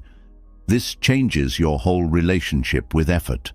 When you believe in time, effort feels heavy, a constant struggle to move forward. When you see through time, effort becomes simply showing up for this moment fully. There's nowhere else to go. The destination was never in the future. It was always this breath, this body, this feeling. This understanding brings profound relief. The urgency softens. The racing mind slows. The body relaxes into the trust that nothing needs to be forced. This trust does not come from blind faith. It comes from seeing directly. Time is only a thought, and the freedom you seek has always been hiding inside this moment. You were too busy to fully enter. This is the freedom Buddhist teachers describe as the end of becoming, the moment when you stop waiting to become someone else in the future and instead meet yourself completely now. In that meeting, healing happens. Not later, but now. Not as an escape from now, but as the natural unfolding of presence itself. This is the invitation. Let go of rushing. Let go of fixing. Let go of trying to outrun your own heart. Come back to the only place healing ever lived. Here, now, in the silence beneath every craving. When the urgency to fix everything softens and the mind no longer races to escape the present, something else rises to the surface. Your voice. The words you speak when life breaks apart carry power far greater than most people realize. In times of personal loss or collective fear, every word either plants calm or spreads fire. There is no neutral speech when the air itself is trembling, and this is why the Buddha placed right speech directly on the Noble Eightfold Path. Because in times of suffering, how you speak becomes a form of practice just as sacred as meditation itself. Speech is not just communication, it is action. Every word you release into the world shapes reality, not only for others, but for yourself. In a crisis, words have weight. They do not float past unnoticed. They land inside the hearts of those already shaken. And this landing creates consequences that ripple far beyond what you can see. When words are careless, they fuel confusion, spread blame, and reinforce fear. When words are clear, they become a lantern in the fog. They stabilize the inner ground for both speaker and listener. Right speech begins long before sound leaves the mouth. It begins at the root, the intention behind the words. When speech arises from fear, it carries the vibration of fear. When it arises from clarity, it carries the stillness of truth. In personal crises, most speech begins as self-protection, the urge to explain, defend, control, or blame. But Buddhist practice invites a pause. Before speaking, ask what the real intention is. Are you speaking to relieve your own tension or to offer something of value to the moment? This pause changes everything. It interrupts the automatic flow of reactive words and creates space for something wiser to emerge. The pause is the breathing room where right speech begins. Without it, words pour out, driven by old patterns that have nothing to do with the present moment and everything to do with the mind's habit of self-defense. Right speech is not about being polite. It is about telling the truth without causing harm. In personal crises, this means naming what is real, not exaggerating, not softening, but naming with clarity and care. This naming does not rush to conclusions. It does not assign blame prematurely. It does not predict disaster or demand resolution. It simply says what is true right now, in a way that opens space instead of closing it. This kind of speech is rare because most people speak to control how they are seen. Right speech does the opposite. It serves the moment itself, not the ego's need for reassurance. It asks, what words would serve clarity here? What words would ease confusion, not by pretending all is well, but by honestly reflecting what is happening without adding extra fear? In collective crises, the stakes grow even higher. Every sentence becomes part of the emotional climate. Panic spreads through unchecked speech, rumors, half-truths, exaggerated dangers. This is why right speech is not just personal virtue, it is collective medicine. Every calm word acts as a counterweight to hysteria. Every clear sentence becomes a place for others to stand when their own ground feels unstable. This does not mean denying reality or sugarcoating pain. Right speech is not false positivity. It is accurate. It acknowledges fear without amplifying it. It names suffering without drowning in it. This precision requires inner steadiness, because only a steady mind can speak steadily. Without personal clarity, speech will always reflect inner confusion. This is why speech is the external mirror of internal practice. How you speak reveals the depth of your presence. This connection between inner clarity and outer speech is often overlooked. People try to correct their words without correcting the mental state behind them, but right speech cannot be faked. If the heart is full of resentment, words will carry that energy, even if the surface sounds polite. If the heart is calm, even difficult truths land softly. This is why right speech begins with inner honesty, the willingness to see your own fear, your own bias, your own desire to control. In personal crises, speech also shapes self-perception. The words you speak about yourself become the story you believe. If you constantly say, "I can't handle this," the mind carves that belief into reality. If you say, "This is hard, but I will meet it," you plant resilience. Right speech applies not only to others, but to how you narrate your own experience to yourself. Every sentence becomes a seed, planting either courage or collapse. This means right speech is not silence, but wise choice. Sometimes silence is kind. Sometimes clarity requires naming what no one wants to say. In families under stress, silence often hides the truth, pretending all is well while resentment festers. But unfiltered speech can also harm, speaking raw anger without processing it first. Right speech walks the middle path, speaking truth with care, not to punish or release personal tension, but to serve understanding. This kind of speech heals communities because clear communication dissolves unnecessary conflict. When fear drives speech, people assume the worst of each other. They fill silence with suspicion. But when speech is direct, transparent, and kind, trust grows. Even hard truths can build connection when spoken from clarity, because people sense the difference between speech that aims to blame and speech that aims to understand. This is why right speech is a practice of responsibility. In times of crisis, your words do not belong only to you. They belong to the collective field. Each word contributes to either calm or confusion. This responsibility is not heavy. It is empowering because it means you always have the power to contribute peace. Even in chaos, even when fear rises, you can choose words that stabilize rather than inflame.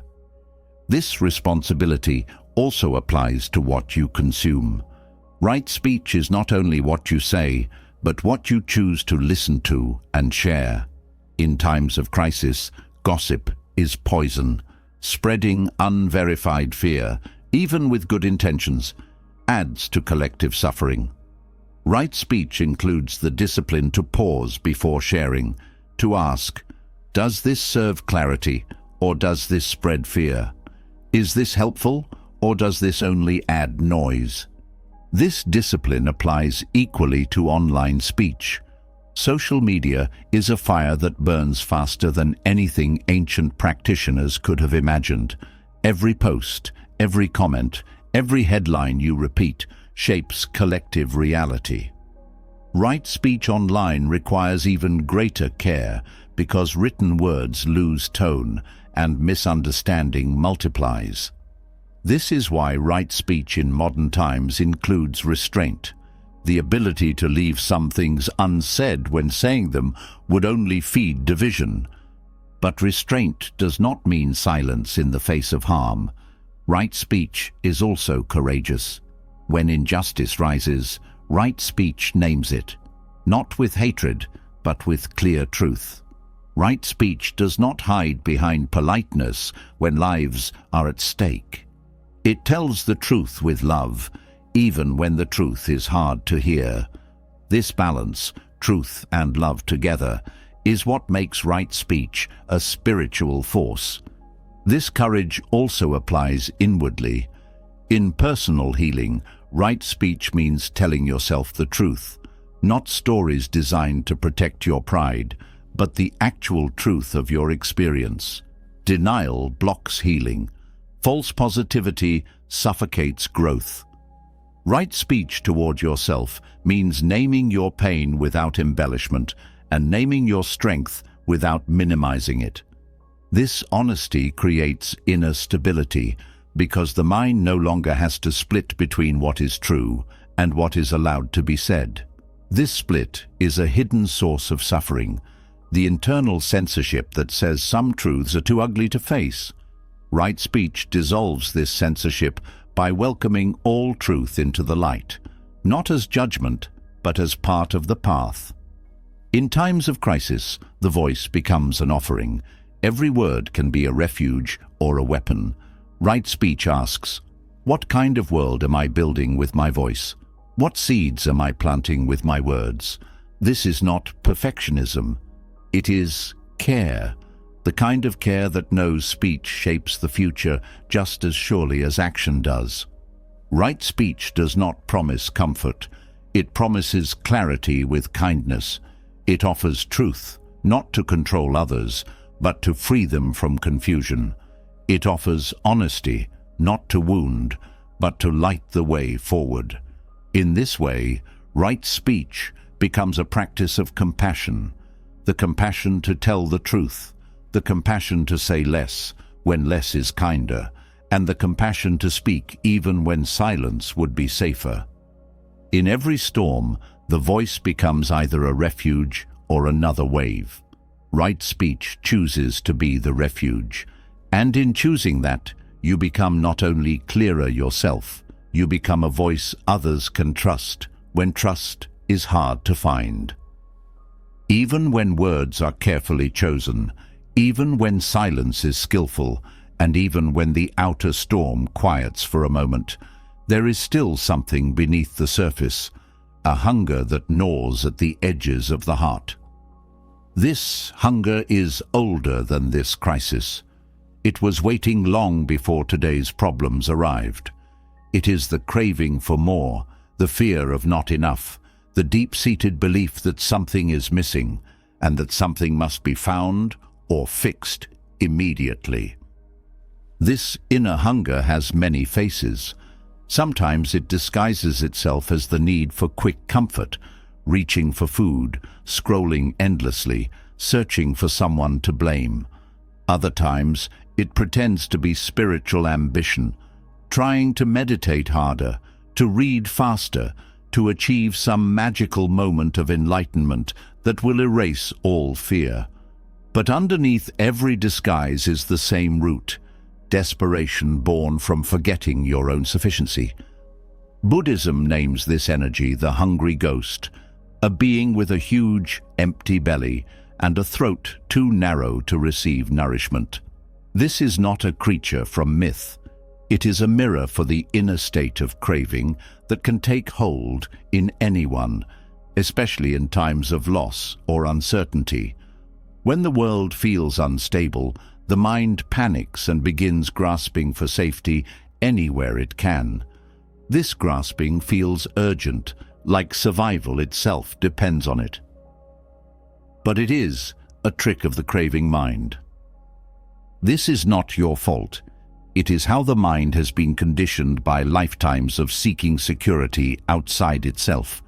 Every advertisement, every cultural message, every personal fear has taught you to believe peace comes from getting what you want, fixing what feels wrong, and protecting what you already have.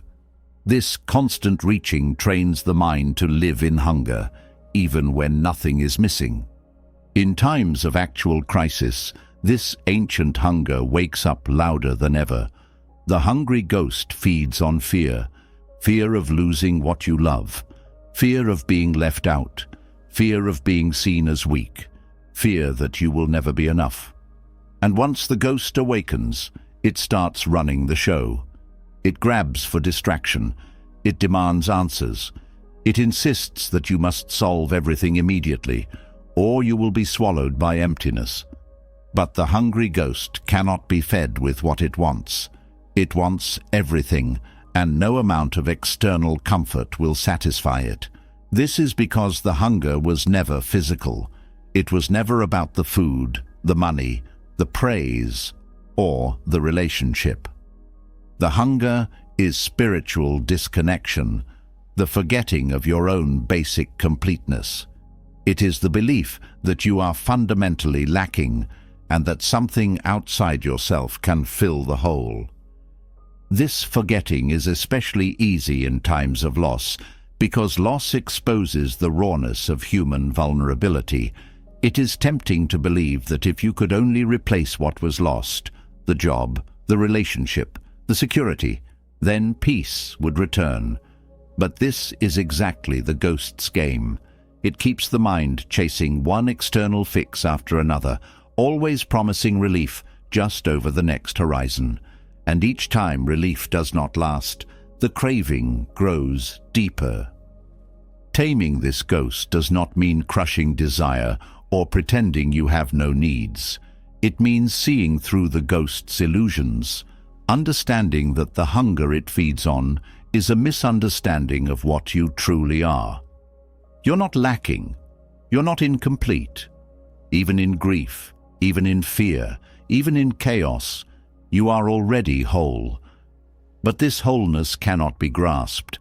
It can only be remembered by turning directly toward the hunger itself. This turning toward is the opposite of what the craving mind wants. It wants escape. It wants distraction. But Buddhist practice offers something deeper, the invitation to sit right inside the hunger without trying to solve it. This sitting is not passive. It is a radical act of trust, the trust that if you meet the hungry ghost with awareness instead of feeding it with craving, something will shift. What shifts is not the outer world. It is your relationship to the hunger itself. You begin to see that the feeling of lack is not a personal flaw. It is a passing weather pattern in the mind. It does not define you. It does not own you. It does not need to be obeyed.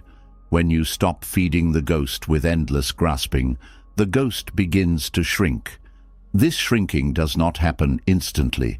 The hungry ghost has been part of your inner landscape for so long, it feels like who you are. It whispers that without constant wanting, you will disappear. But as you meet it with awareness, not pushing it away but seeing it clearly, you realize the ghost was never you. It was a habit of mind, a survival strategy from long ago that no longer serves you. This is where compassion comes in. The hungry ghost is not evil. It is scared. It is the part of you that once believed you had to perform to be loved, achieve to be safe, and control everything to survive. That part of you is exhausted, and what it needs is not more feeding, but gentle recognition. You tell the ghost, I see you. I know why you're afraid, but you are no longer in charge. This inner dialogue softens the ghost's grip. Instead of reacting to every craving as if it is urgent truth, you create space. The space to choose differently. You stop. When the craving mind relaxes, you begin to taste something the ghost could imagine. Contentment in the middle of imperfection. You realize you do not need to fix every problem before you can breathe again. You do not need to secure every future outcome before you can feel safe again. You do not need anyone else to validate your worth before you remember your own goodness. This contentment is not complacency. It is freedom from desperate needing. It is the kind of ease that arises not because life is perfect, but because you have stopped demanding perfection from life. The hungry ghost doesn't understand this kind of ease because it is built on presence instead of possession. It comes from tasting your own completeness directly rather than trying to collect it from external sources. Taming the hungry ghost also frees your relationships. When you no longer treat others as suppliers of your missing pieces, you love them with less fear and more honesty. You stop clinging to them as sources of safety. You meet them as they are, whole humans, just like you, walking their own path of craving and release. This transforms love from a transaction into a shared presence. This clarity also transforms how you respond to collective crisis. When the hungry ghost runs unchecked, fear spreads like wildfire, fueled by desperation to control the uncontrollable. But when you meet your own craving mind with awareness, you become a stabilizing presence. Others sense it. They lean toward your calm because it reminds them of their own hidden calm. This is why taming the hungry ghost is not just personal healing. It is a gift to the whole community. Every time you interrupt the cycle of craving and panic inside yourself, you reduce the collective weight of human desperation. Every time you meet your own hunger with kindness instead of grasping, you contribute to a world that knows desire does not have to drive every action. This is the heart of Buddhist wealth, the wealth of knowing nothing is missing. It does not mean you stop working for justice or comfort or safety. It means you work without desperation, from the ground of inner sufficiency instead of inner lack. This changes the quality of every action. Action rooted in craving creates more suffering.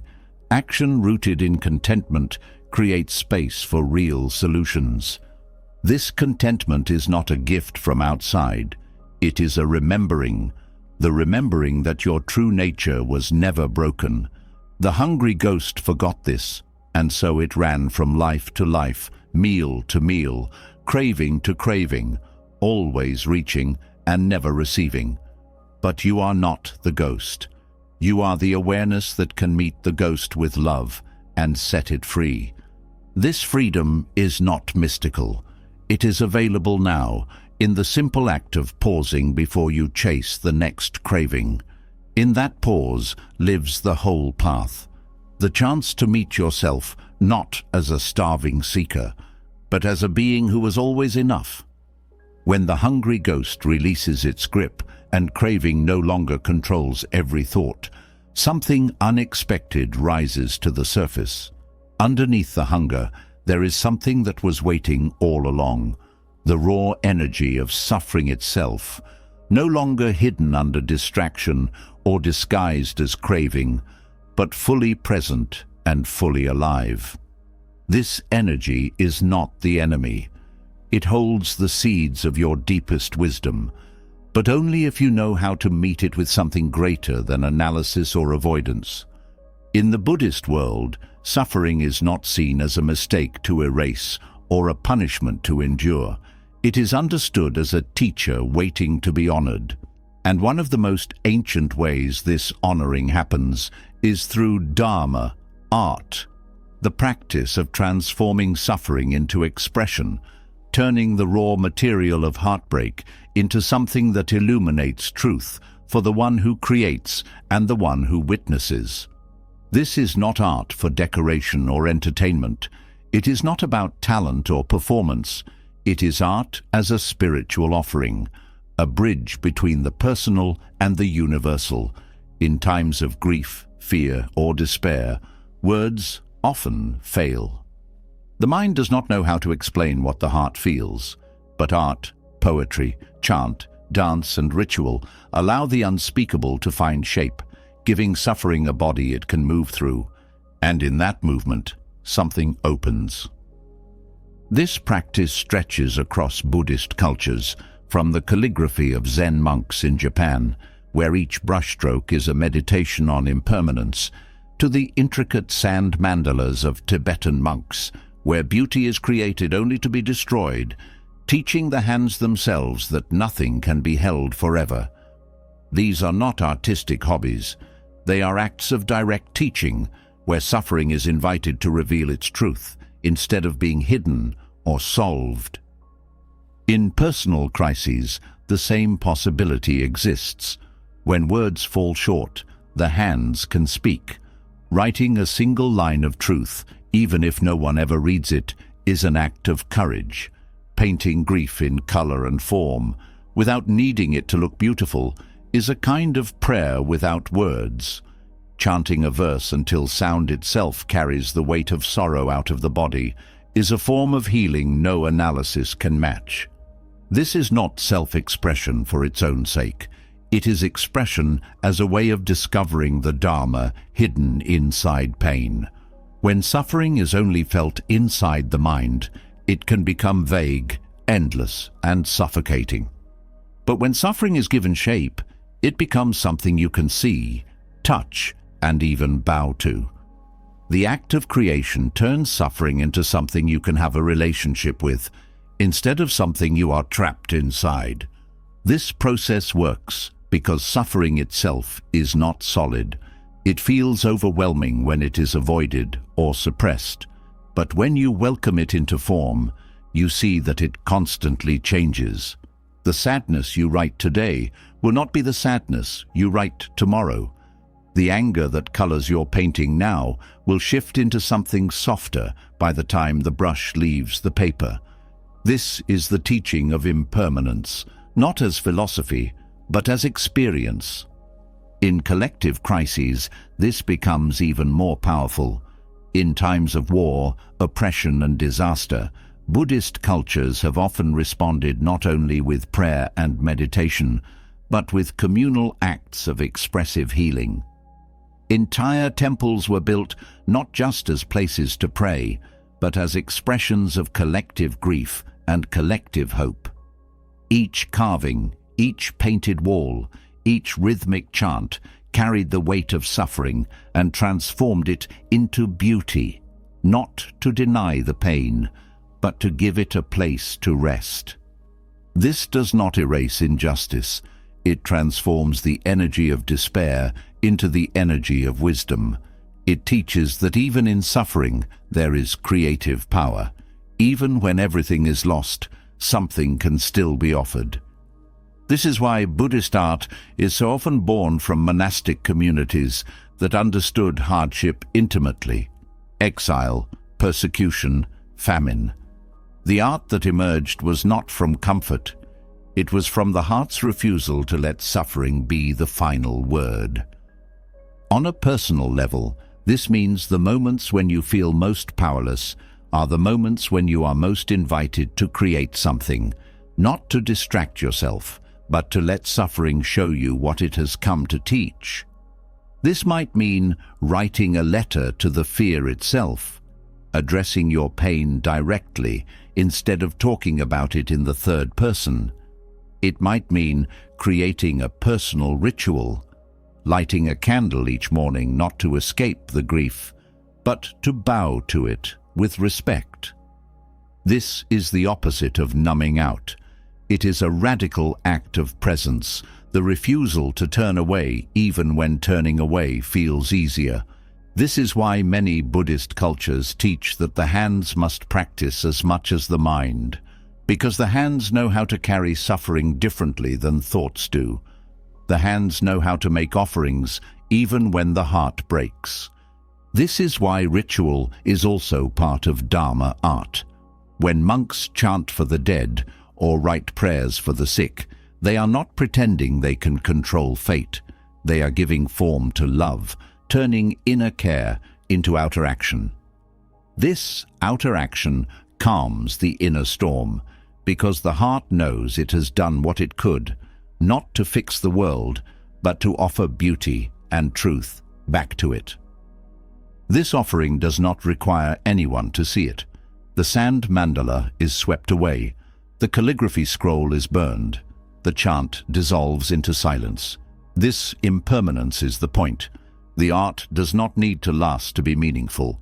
Its purpose is to teach the heart how to meet suffering with creativity instead of collapse. The heart learns to express what cannot be solved. This changes your relationship with hardship. When you know that every feeling, no matter how raw, can be given shape and offered, you stop fearing your own heart. You stop thinking pain must be hidden until it's gone. You see pain as material for awakening, not because suffering is beautiful, but because meeting suffering creatively reveals hidden beauty. This creativity is not about skill. It does not matter if the poem is perfect, if the chant is in tune, if the painting looks good. This is not art for praise. It is art for truth. A way of saying to yourself, this is what I feel. This is what I know. This is what life is right now. That truth is the medicine, because suffering grows heavier when it is unnamed and unseen. When you bring it into form, even the heaviest grief begins to breathe. This also softens the fear of future suffering. When you know you have the tools to meet pain creatively, you no longer dread it in the same way. You trust your hands to hold it. You trust your voice to carry it. You trust that no matter how deep the sadness, there is always a way to honor it. This trust does not erase fear, but it gives you confidence to meet life directly. This is why Buddhist cultures do not separate art from practice. The brush becomes the teacher. The chanting becomes meditation. The poem becomes a Dharma talk you give to yourself. Expression and awakening become the same path. The path of turning everything, even suffering, into an offering back to life itself. This understanding means even the most private acts of expression, writing in your journal, arranging flowers for no one to see, are part of the path. They are not indulgent. They are necessary acts of remembering. Remembering that suffering is not the end of the story. It is the raw material from which wisdom is carved. This does not mean glorifying pain. It means trusting that pain can be worked with, that nothing you feel is too ugly or too broken to offer. Every feeling, when given space and form, becomes part of the sacred dialogue between self and truth. And this dialogue is the real art, the art of living awake inside a world that will always break your heart, and still choosing to create something beautiful from the pieces. The hands know what the mind forgets. You were born to offer something, even if that something is just the truth of your own experience, given shape in whatever way feels real. This is not performance. It is prayer without words. It is healing without hiding. It is transforming suffering not by removing it, but by giving it back to life as a gift of honesty. Once suffering has been given shape through creation, and the heart has learned that even its darkest moments can become offerings of truth, another question quietly rises. After the art is complete and the ritual ends, how do you walk forward? Life does not pause for healing to finish. The world keeps moving, and crises keep unfolding. What do you carry with you to meet what comes next? In Buddhism, there is no separate survival kit for hard times and gentle times.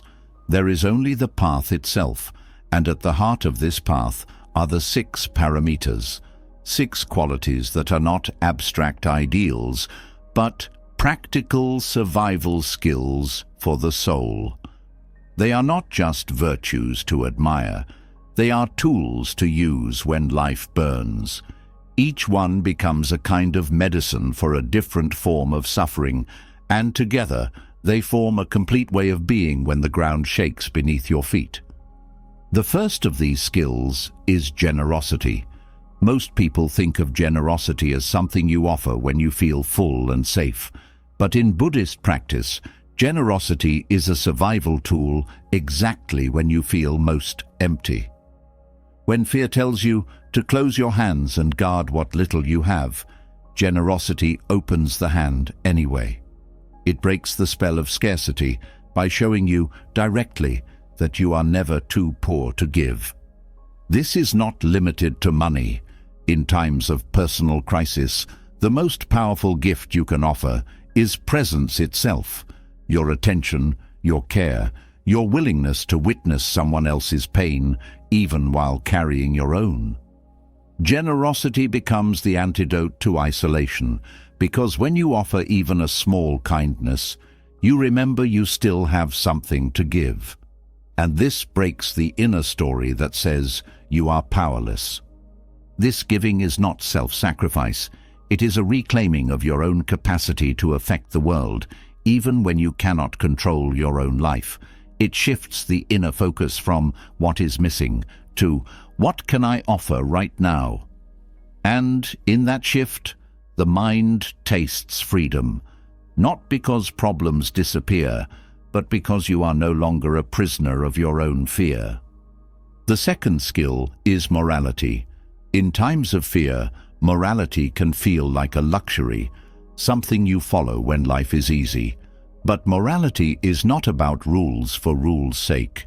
It is the art of protecting your own dignity when the world feels out of control. Crisis often triggers desperation, and desperation leads to cutting corners, saying things you don't mean, treating people like enemies, justifying actions you would regret in calmer times. Morality guards you from losing yourself when the pressure rises. This guarding is not rigid or judgmental. It is self-respect in action. It is the decision to hold your values, especially when life tempts you to throw them aside. When you stay honest in moments where lying would be easier. When you choose care over cruelty even in anger. You are not only protecting others, you are protecting your own sense of who you are. And this sense of inner dignity becomes a kind of armor, the knowledge that even if you lose everything, you did not betray yourself. The third skill is patience, but not the passive patience of waiting for the storm to pass. This is active patience, the ability to stay present inside the storm without demanding it end on your schedule. It is the courage to stand in discomfort without trying to force relief. In crisis, the mind wants quick solutions. It wants problems solved immediately, so tension can dissolve. But many forms of suffering cannot be rushed. Patience is the strength to hold steady in that uncomfortable space between pain and resolution. It teaches the body how to breathe inside fear, how to sit beside grief without needing to fix it. This patience is not weakness. It is a quiet form of bravery, the bravery to trust that reality unfolds at its own pace, and that your job is not to force solutions, but to stay awake through every moment until clarity comes. This patience is not resignation. It is faith in the nature of impermanence, the deep knowing that no storm lasts forever, and that your ability to endure depends not on fighting time, but on meeting each moment exactly as it is. This creates an inner strength that is unshakable, because it is no longer dependent on life matching your preferences. The fourth survival skill is energy, or wholeheartedness. This is not about constant productivity. It is about showing up fully for whatever the moment asks, whether that is action or stillness. In personal crises, it is easy to swing between numbing out and exhausting yourself with frantic fixing. Neither of these is energy. Real energy is the willingness to engage with life directly, without shrinking back or running away. This energy is not always loud. Sometimes it is the quiet energy of refusing to abandon yourself in despair.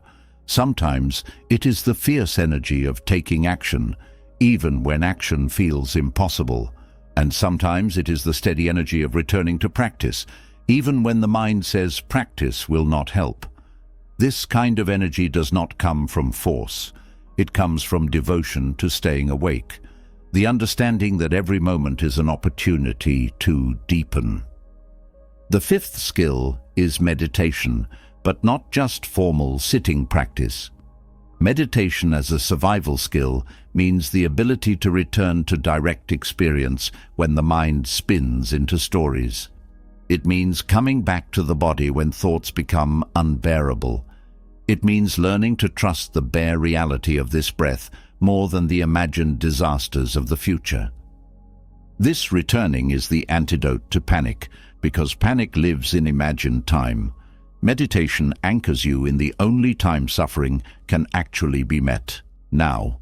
It trains the mind to see thoughts for what they are, not facts, but passing events, like weather. This ability to step back from thought creates choice, the choice to respond instead of react. In crisis, meditation becomes a refuge inside your own skin, the place you go not to escape, but to remember that awareness itself is unbroken, even when life is falling apart. It teaches you to trust presence itself, not as a trick to avoid pain, but as the only place where healing happens. The sixth and final skill is wisdom, but wisdom is not something you collect from books. It is the clarity born from seeing directly. In times of suffering, wisdom means understanding what causes more suffering and what causes less. It means seeing through the illusions that suffering magnifies, the illusion of permanence, the illusion of separateness, the illusion that controlling the outer world will calm the inner one. Wisdom is the knowing that arises when suffering itself becomes the teacher. It does not mean having all the answers. It means seeing clearly that craving, avoidance, and resistance feed suffering, while presence, compassion, and honesty dissolve it. This wisdom is not complicated. It is the wisdom that remembers to pause before speaking in anger. It is the wisdom that knows no feeling lasts forever. It is the wisdom that remembers, even in grief, you are not alone. When these 6 skills come together, they form a way of moving through the world that no crisis can destroy. Generosity keeps your heart open. Morality keeps your dignity intact. Patience keeps you grounded in the pace of reality. Energy keeps you engaged. Meditation keeps you present. Wisdom keeps you clear. Together, they become a compass that works even when the map is lost. These skills are called paramitas, perfections, not because you must master them perfectly, but because they lead to the perfection of your human potential. They show you that survival is not only about getting through. It is about using hardship itself to become someone who can carry suffering with wisdom and love, not only for yourself, but for everyone you touch. These are not skills for monks alone. They are the birthright of every human heart that longs to live awake, even when life hurts. They are the survival kit already inside you, waiting to be unpacked, not as theories, but as the way you meet today. Even when you carry the wisdom of the paramitas in your heart, there are times when stillness itself becomes too heavy to hold. The body remembers things the mind has not yet faced, and grief begins to live in the muscles, the bones, the breath. No amount of understanding or insight can release the weight that has settled deep into the body's memory. In these times, when sitting with grief feels like drowning inside it, the body must do it. This is why Buddhist traditions do not teach healing only through silent sitting. They also teach walking meditation, not as a secondary practice, but as a path for the body to process what the heart cannot yet name. Walking meditation is not exercise. It is not a method for relaxation or distraction. It is a pilgrimage without a destination, a way of meeting sorrow step by step, allowing grief to move through the body instead of getting trapped inside it. Grief is not only emotional, it is physical. It arrives in tightness across the chest, in the collapsing of posture, in shallow breath, in the heaviness of limbs that no longer want to carry you forward. The body itself carries the memory of every loss, even the ones the mind has tried to forget. Walking meditation offers the body a way to speak, a way to release what cannot be released through thought alone. In Buddhist cultures, Walking meditation is often done in circles or along simple paths, not because the outer landscape matters, but because the movement itself mirrors the path of life, step by step, breath by breath, moving forward without knowing exactly where you are going. This is the essence of grief itself. It has no map. It does not follow a straight line. It comes and goes in waves, and walking meditation teaches the body how to move with those waves instead of resisting them. The act of placing one foot in front of the other with full attention begins to untangle the knots of frozen grief. When attention rests fully in the soles of the feet, the weight of the mind starts to drop down into the earth, giving sorrow somewhere to go instead of keeping it trapped behind the ribs. Every step becomes an offering, giving back to the earth the weight you have carried alone. In times of personal loss, the mind often tries to control grief by making stories. Stories about why it happened, what could have been different, who is to blame, or what the future will hold now. But these stories only add weight to the grief itself. Walking meditation shifts attention away from these mental spirals and brings it back to the bare experience of movement. This step, this breath, this contact with the earth. This does not erase grief. It allows grief to become fluid, to move through you instead of living inside you like a stone. It teaches you that movement itself is a kind of healing, not because you walk away from pain, but because you walk with it until it no longer needs to control you. This is why walking meditation is not a break from practice. It is the practice, especially in times of mourning, when stillness feels impossible. Walking meditation also grounds the body in reality, which grief often distorts. When the heart is broken, the mind becomes untethered. It forgets the body is still here, still alive, still breathing. Walking brings the mind back into the body, back into the simple fact of aliveness, even when aliveness feels painful. This return is not comfort in the usual sense. It is the comfort of truth itself, the truth that you are still here, still capable of taking one more step. In some Buddhist traditions, walking meditation during grief is practiced barefoot whenever possible. This is not a ritual for its own sake. It is a direct teaching. The earth itself becomes the witness to your sorrow. The feet become the place where grief meets the ground. Each step becomes a gesture of letting go, not of the memory, but of the need to hold grief entirely alone. This physical release also allows other emotions to rise, emotions that grief often hides: guilt, anger, fear, even moments of unexpected joy. The steady rhythm of walking creates a container large enough for all of it, so nothing needs to be repressed or performed. This honesty is the medicine, because grief does not need to be solved. It needs to be witnessed without shame. Walking meditation also teaches the body to trust time again. After loss, time itself feels dangerous. The future feels empty. The past feels like a wound. But walking teaches time only exists as this step, this breath. And within that step, you are safe enough to grieve.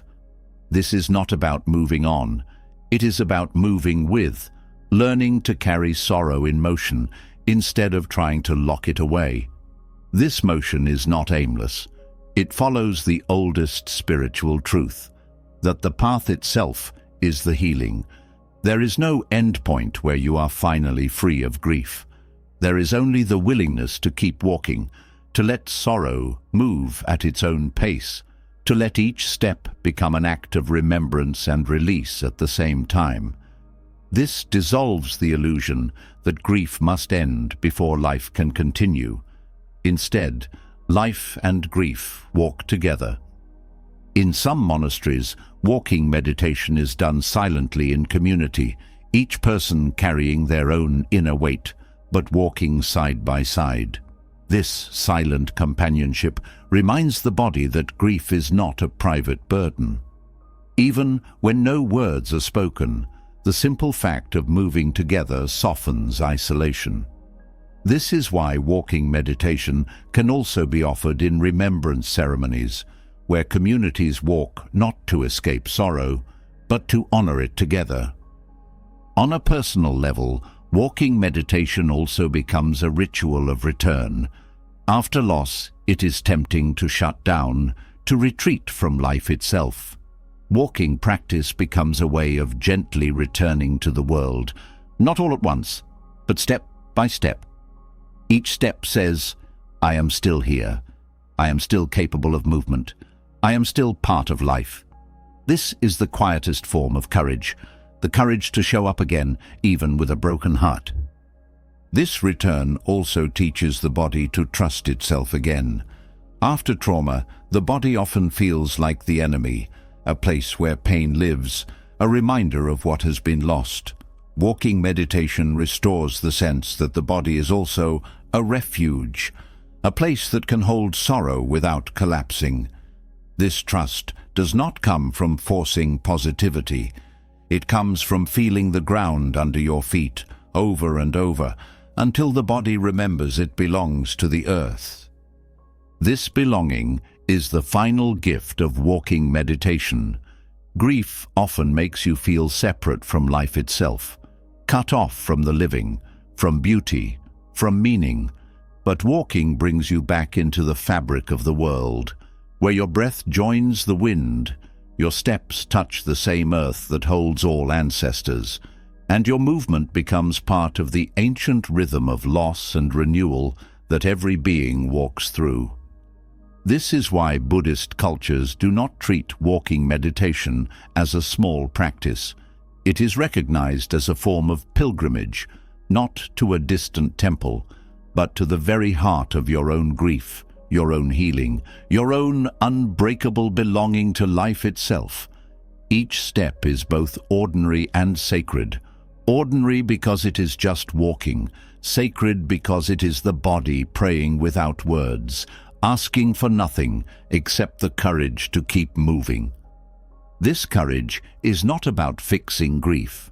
It is about allowing grief to walk beside you without fear. It is about learning that sorrow does not need to be hidden to be carried well. It is about seeing that your heart can break and your feet can still walk, and that both are part of the same truth. The truth that to be human is to lose and love over and over, until walking itself becomes a kind of praise for everything you have ever held and lost. This praise does not need to be loud. Each quiet step is enough.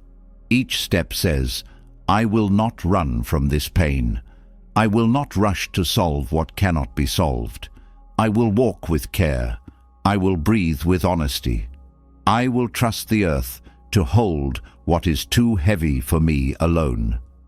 This is how grief becomes pilgrimage, a journey not away from pain, but directly through it, until the heart remembers that even in loss, it still belongs to the earth, the sky, and the path that carries every being home. Even after the body has walked the weight of grief into the earth, even after the feet have carried sorrow step by step into daylight, there remains one truth waiting quietly beneath all others. The truth that everything, including this life, including this very body, will one day come to an end. Most people know this truth somewhere in the back of the mind, but they keep it locked away, treating it like a shadow to avoid instead of a teacher to welcome. In Buddhist practice, avoiding this truth is seen as one of the most dangerous forms of forgetting. It leaves the heart vulnerable to shock each time life takes something away, each time change arrives, each time loss knocks on the door. When death remains a distant concept, every hardship feels personal, as though suffering itself is some kind of mistake, instead of the natural consequence of holding on to what was always destined to pass. This is why Buddhist practice does not avoid death. It brings it into clear view. Maranasati, the practice of death contemplation, is not a dark obsession. It is a direct and tender facing of reality, until the mind can no longer pretend that life owes you a certain number of years, or a certain type of outcome, or a future free from endings. Facing mortality is not about giving up. It is about waking up to what matters when every illusion of permanence is stripped away. This facing is not theoretical. It means remembering every day that the breath you are taking right now could be the last one. This body, which feels so solid, is constantly moving toward its final letting go. Each heartbeat is one step closer to the last. Far from being morbid, this remembrance frees the heart. It shatters procrastination. It dissolves the arrogance of assuming you have time to waste. It reminds you that this moment is precious, because it will not come again. This understanding changes how you meet every hardship. When you truly know life is fleeting, you no longer treat difficulty like a punishment to endure. You see it for what it is, part of the fleeting beauty of being alive. Even pain becomes part of the gift when you realize that one day, even pain will be taken from you. This does not make pain enjoyable, but it does make it bearable, because nothing, not even suffering, lasts forever. This is why Buddhist teachers compare life to a bubble on water, brief, shimmering, fragile, and already vanishing. This truth is not meant to scare you. It is meant to wake up the tenderness inside you. The part that knows every moment with someone you love is a temporary miracle. The part that understands even your own breath is borrowed. This tenderness is the birthplace of courage. The courage to live fully while you can, not because you expect life to stay the same, but because you know it will not. This courage is not about fearlessness. It is about seeing fear clearly and understanding where it comes from. Fear clings to life because it believes life belongs to you. But Maranasati dissolves this illusion. Life was never yours to keep. It's a gift on loan, and the fact that you will lose it makes every moment of it shine brighter. This is why those who deeply contemplate death do not become hopeless. They become kinder, more awake, and less willing to waste even 1 hour on hatred or greed. This is also why death contemplation is a source of forgiveness. When you remember that both you and everyone who ever hurt you will die, the urgency to cling to blame begins to weaken. You see that no one, no matter how powerful, escapes mortality. This includes your enemies, your loved ones, and yourself. Knowing this, what grudge could ever be more important than the fragile truth of time itself? This does not mean pretending harm does not matter. It means seeing that time will take all of us, and understanding that holding hatred inside your own heart only wastes the brief time you have left.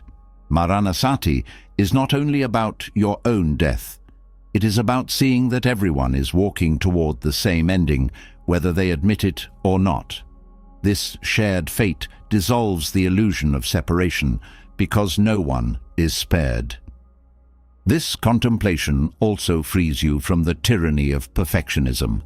When you truly know death is coming, you no longer postpone life until you feel perfect, until you are fully healed, until you have everything figured out. You understand there is no time for such delays. Life is not waiting for you to become flawless. It is happening now, and every breath you spend waiting for a better version of yourself is a breath lost forever. This honesty also frees you from false priorities. When you realize you could die tonight, the endless chase for external validation feels suddenly ridiculous. The craving for status, for applause, for the approval of people who will also die. It all collapses under the weight of reality. What matters when death is real is how you live today. Not in some grand heroic way, but in the small choices. Whether you spoke kindly, whether you softened in love, whether you were awake for the life you were given. This is why many Buddhist traditions meditate in graveyards or keep skulls on the altar, not out of morbid fascination, but to remember what is true. The body you decorate, protect, and praise will one day return to the earth. Knowing this is not meant to create despair, it is meant to break the trance of forgetting so that you do not spend your limited time chasing illusions. This remembrance also dissolves spiritual pride. No matter how wise you become, no matter how much you understand, your body will die just like every other body. This humbles the mind. It reminds you that spiritual practice is not a way to escape mortality. It is a way to meet mortality without fear, to face your own vanishing with the same tenderness you would offer someone you love. This is why death contemplation is a practice of love, not of fear. It teaches you to love life fiercely because it is brief. It teaches you to love others fully because they are also temporary. It teaches you to love yourself without condition because there is no time to waste. And this love, born directly from the truth of impermanence, becomes the courage that carries you through every difficulty. This courage is not the absence of fear. It is the refusal to let fear shrink your life.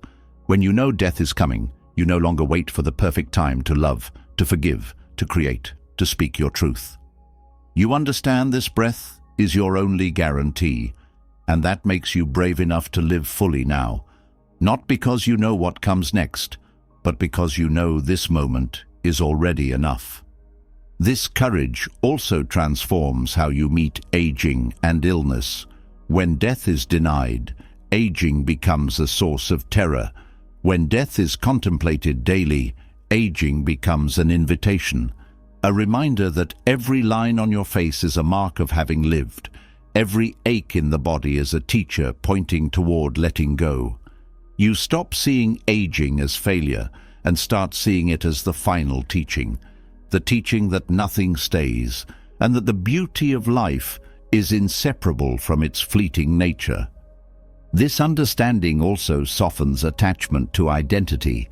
When you know death will take not only your body, but every role you ever played, you stop clinging so tightly to who you think you are. You become freer to change, freer to release old stories, freer to meet each moment as new.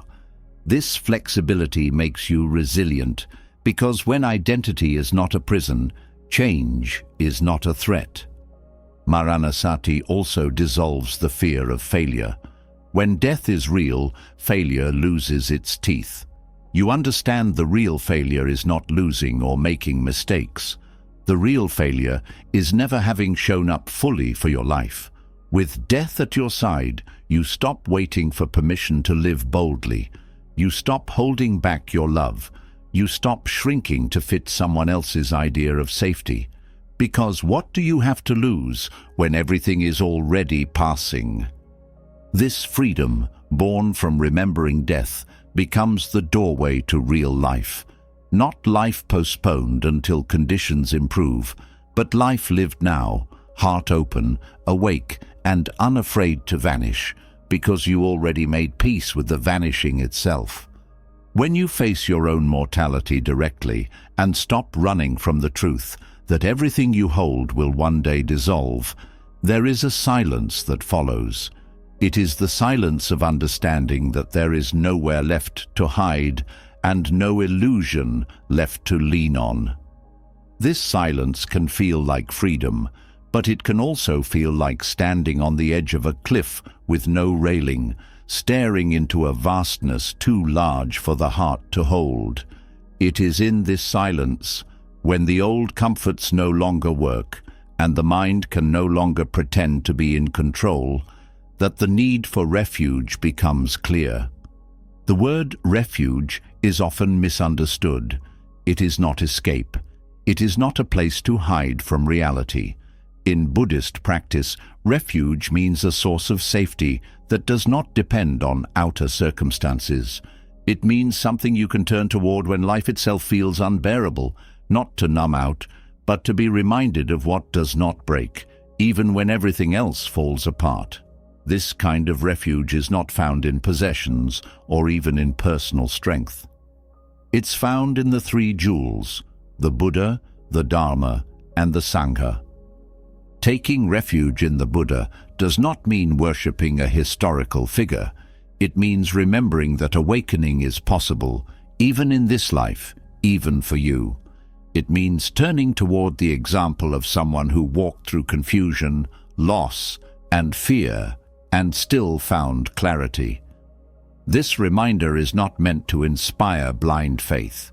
It is meant to reawaken your own capacity to wake up, because the refuge is not only in the historical Buddha, but also in your own Buddha nature, the part of you that has always been awake, even beneath all the fear. This is why refuge in the Buddha is both external and internal. Externally, you remember there was once a human being, born into a world filled with suffering, who learned to meet that suffering with such complete understanding that his fear dissolved at the root. That memory becomes a mirror, showing you what is possible. Internally, you remember that the same potential exists in you, not as a belief, but as a living seed beneath every layer of confusion. This internal refuge becomes essential during collapse, because personal collapse is exactly the moment when the mind forgets what it is capable of, when grief, failure, illness, or loss tear apart your sense of identity. The small self panics. It tries to rebuild itself quickly, grabbing onto any role, story, or label that feels familiar. But refuge in the Buddha invites you to pause instead of rebuilding, to sit in the ruins and remember that who you are is not your story, but your capacity to see clearly, even when the story is shattered. This capacity is not personal achievement. It is part of the nature of being human, even if you have forgotten it for decades, even if you have never tasted it directly before. The possibility of awakening has always been yours. Refuge in the Buddha is the faith in that possibility, the trust that no matter how far you have fallen, there is still a way to meet life with clarity and compassion. This trust is not blind optimism. It is the lived memory passed down through generations of those who also fell and also stood up again. Refuge in the Dharma is turning toward the teachings, not as abstract philosophy, but as practical guidance for this exact moment. The Dharma does not offer magical solutions. It offers a map for navigating collapse without losing your mind to despair. When the ground falls out from under you, the Dharma does not promise to rebuild it. It teaches you how to stand in midair, how to meet groundlessness itself with curiosity instead of fear. This teaching begins with understanding that collapse is not proof that you failed. It is proof that reality is working exactly as it always has. Everything that rises must fall. Every identity, every role, every sense of self you build will eventually dissolve, not because life is cruel, but because impermanence is the nature of all conditioned things. This is not punishment. It is the truth the Dharma has always pointed toward, the truth that nothing stable can be found in anything that can be lost. This truth is not meant to make you numb. It is meant to wake you up to the freedom hidden inside collapse, the freedom to finally see that your peace does not depend on rebuilding the old life, because your peace was never in the outer form. It was always in the clarity that can meet each moment directly, without clinging to what came before. The Dharma is the map back to this clarity. It does not erase pain, but it shows you how to suffer wisely, how to suffer in a way that leads to understanding instead of bitterness. The Dharma also protects you from the mind's tricks. During collapse, the mind creates endless stories, stories of blame, shame, and hopelessness. The Dharma interrupts these stories with direct reminders. Reminders that suffering is not personal, that craving for control feeds suffering, that presence dissolves fear. These reminders are not empty slogans. They are lifelines, ways to anchor yourself in reality when the mind tries to drown itself in fiction.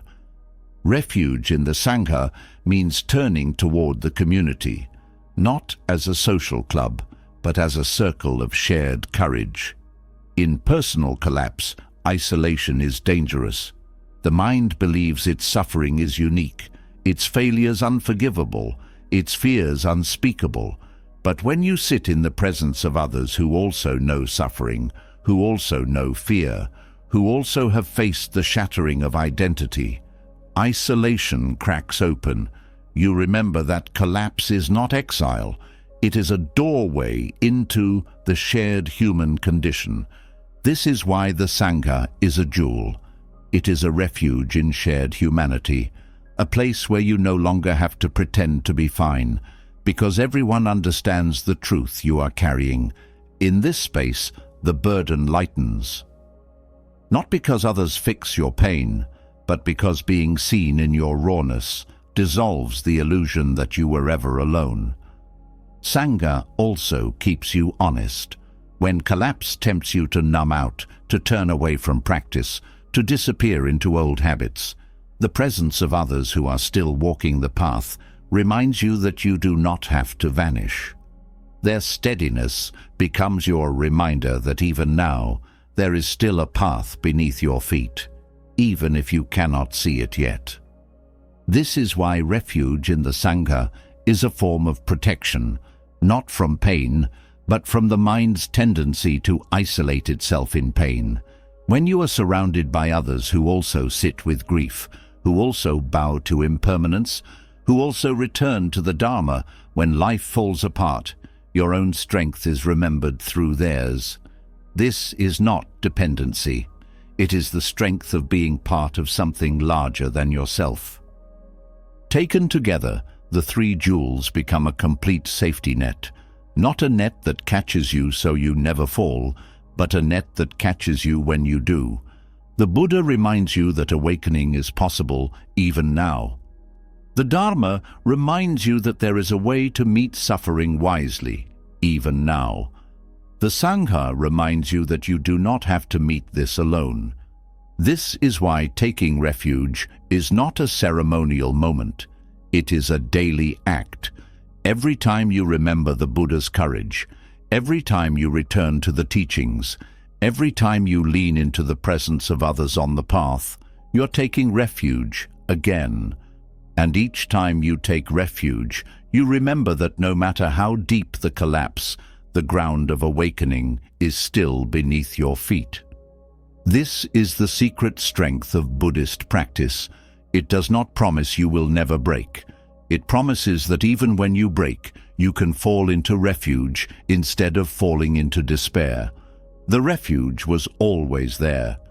It was waiting, beneath every illusion of control, beneath every belief that you had to do this alone. To take refuge is to finally allow yourself to be held by the very path that countless beings have walked before you.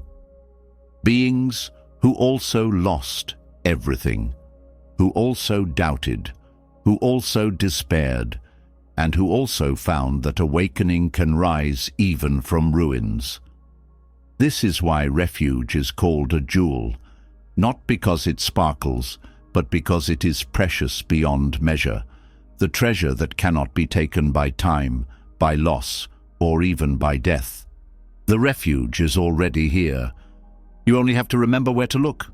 Even after you have turned toward the Buddha's example, the Dharma's guidance, and the Sangha's support, there is one place where suffering still hides like a splinter lodged deep beneath the skin. It hides inside the story of who you think you are, the image you built piece by piece across your life, the fragile sense of self you have spent years protecting. No amount of external refuge can fully reach this place until you are willing to question the story itself. There is a quiet violence in the way identity holds on, especially during times of loss. When life breaks apart, the mind rushes to defend the image it holds of itself. It says, "I am the one who was always strong. I am the one who built this family. I am the one who never fails." When reality threatens those stories, the mind feels attacked, not just by life's events, but by the possibility that the story itself might not survive. This is why some of the deepest pain during hardship is not physical or even emotional. It is the fear that who you thought you were is dying. This fear is rarely spoken out loud because it feels so personal, but in Buddhist understanding it is not personal at all. It is the natural consequence of mistaking a fragile story for your true self. When the outer world no longer reflects that story back to you, the mind panics. It thinks you are disappearing. But what is disappearing is only the illusion that you were ever a fixed identity. Buddhism names this illusion atta, or selfhood, the belief that somewhere inside this body and mind there is a solid person who exists independently, unchanged by time, separate from the flow of reality. This belief feels natural because it has been rehearsed every day since childhood, but it is the root misunderstanding that makes suffering feel so personal. When life threatens the identity you have built, the mind experiences it like a physical attack, because it does not know who you are without the story. This is where anatta, the teaching of non-self, becomes medicine. Anatta does not mean you do not exist. It means that what you call me is not a single solid thing. It is a constantly changing process, a river of thoughts, emotions, memories, habits, and conditions, all flowing together for a moment, then changing again. The suffering of identity collapse happens because the mind tries to freeze the river, to hold on to one shape, one role, one definition of self, and declare, "This is me forever." But the river does not obey. Life keeps moving, and the moment reality contradicts the story you told about yourself, suffering explodes, not because life is cruel, but because clinging to a fixed identity in a changing world always creates tension. The tighter the grip, the sharper the pain when reality shifts. This is why letting go of identity is not loss, it is relief. It is stepping out of the prison cell you built for yourself and discovering that you were never meant to fit inside a single story. This letting go does not mean abandoning responsibility or ignoring your history. It means seeing clearly that no story can contain the fullness of what you are. Even the truest story is only a snapshot, and clinging to it blocks you from meeting reality as it is now. This is why identity loss, painful as it feels, is also an opportunity. It is a forced invitation to stop defending a fragile image and start discovering what you are beneath all images. This discovery is not philosophical, it is direct experience. Each time you sit in silence and watch thoughts arise and pass, you see it. Each thought claims to be you. This is my opinion, my fear, my desire. But none of them stay. They appear, perform for a moment, and dissolve. If you were any one of those thoughts, your existence would end when the thought ended. But something remains. The simple awareness that knows each thought comes and goes. This awareness has no story. It does not need one. It is the part of you that does not break when life breaks. This is why the teaching on non-self is not cold philosophy. It is radical kindness. Kindness to yourself, because it releases you from defending what does not need defending. It lets you become fluid instead of brittle. So change no longer feels like personal failure, but part of the natural flow of being alive. This kindness extends to others too, because when you understand your own identity is not fixed, you stop demanding others stay the same. You stop punishing people for changing because you understand change is what we all are. This fluidity becomes essential during personal collapse because collapse dismantles identity by force. You lose the job, the role, the relationship, the health, the reputation, and each loss feels like losing a piece of yourself. But if you see through the illusion of fixed self, loss becomes something different. It becomes a stripping away of what was never truly you. This stripping hurts, but only because the mind believed the story was who you are. When identity is no longer clung to, loss still brings grief, but the grief does not become self-destruction. It is grief for what was shared, for what was meaningful, for what was real in its time. But it is not grief for your own existence, because existence was never tied to any single version of self. This is the freedom hidden inside non-self. It is not emptiness in the way the ego fears. It is fullness without boundaries. The understanding that you can be anything life calls for next, without needing to defend what came before. This also dissolves shame, because shame depends on believing in a fixed identity, the belief that you are permanently stained, permanently broken. When identity is seen as a flowing process, there is no permanent self to be ruined. There are actions that cause harm. There are consequences that must be faced, but none of them become the final definition of who you are. This frees you to meet your own mistakes with honesty instead of self-hatred, because you are not protecting an image. You are simply learning, moment by moment. This radical non-clinging also transforms how you respond to praise and blame. When praise arrives, the clinging mind wants to add it to the identity. Now I am the successful one, the wise one, the strong one. When blame arrives, the same mind wants to either defend itself or collapse in shame.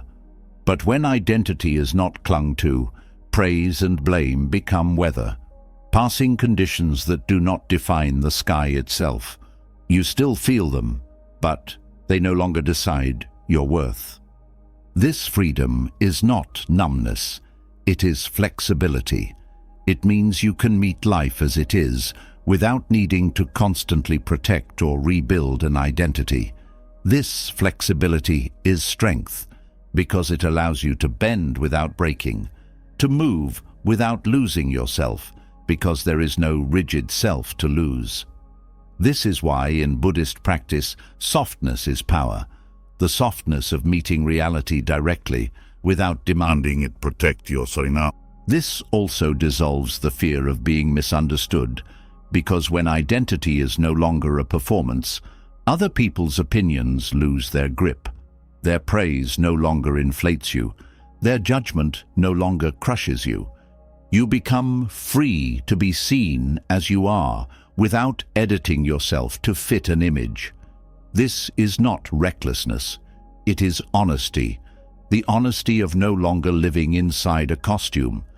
This honesty also allows for real growth, because when identity is clung to, growth feels like threat. The mind wants to defend what it already knows, but when identity is fluid, growth becomes natural. Each experience reshapes you, and instead of resisting, you allow the reshaping. This is what it means to be alive fully, not clinging to who you were, not demanding certainty about who you will be, but showing up as you are now, with nothing to hide and nothing to prove. This showing up becomes a refuge itself, because when you no longer need life to match a story, life itself becomes enough. There is nothing to defend and nothing to chase.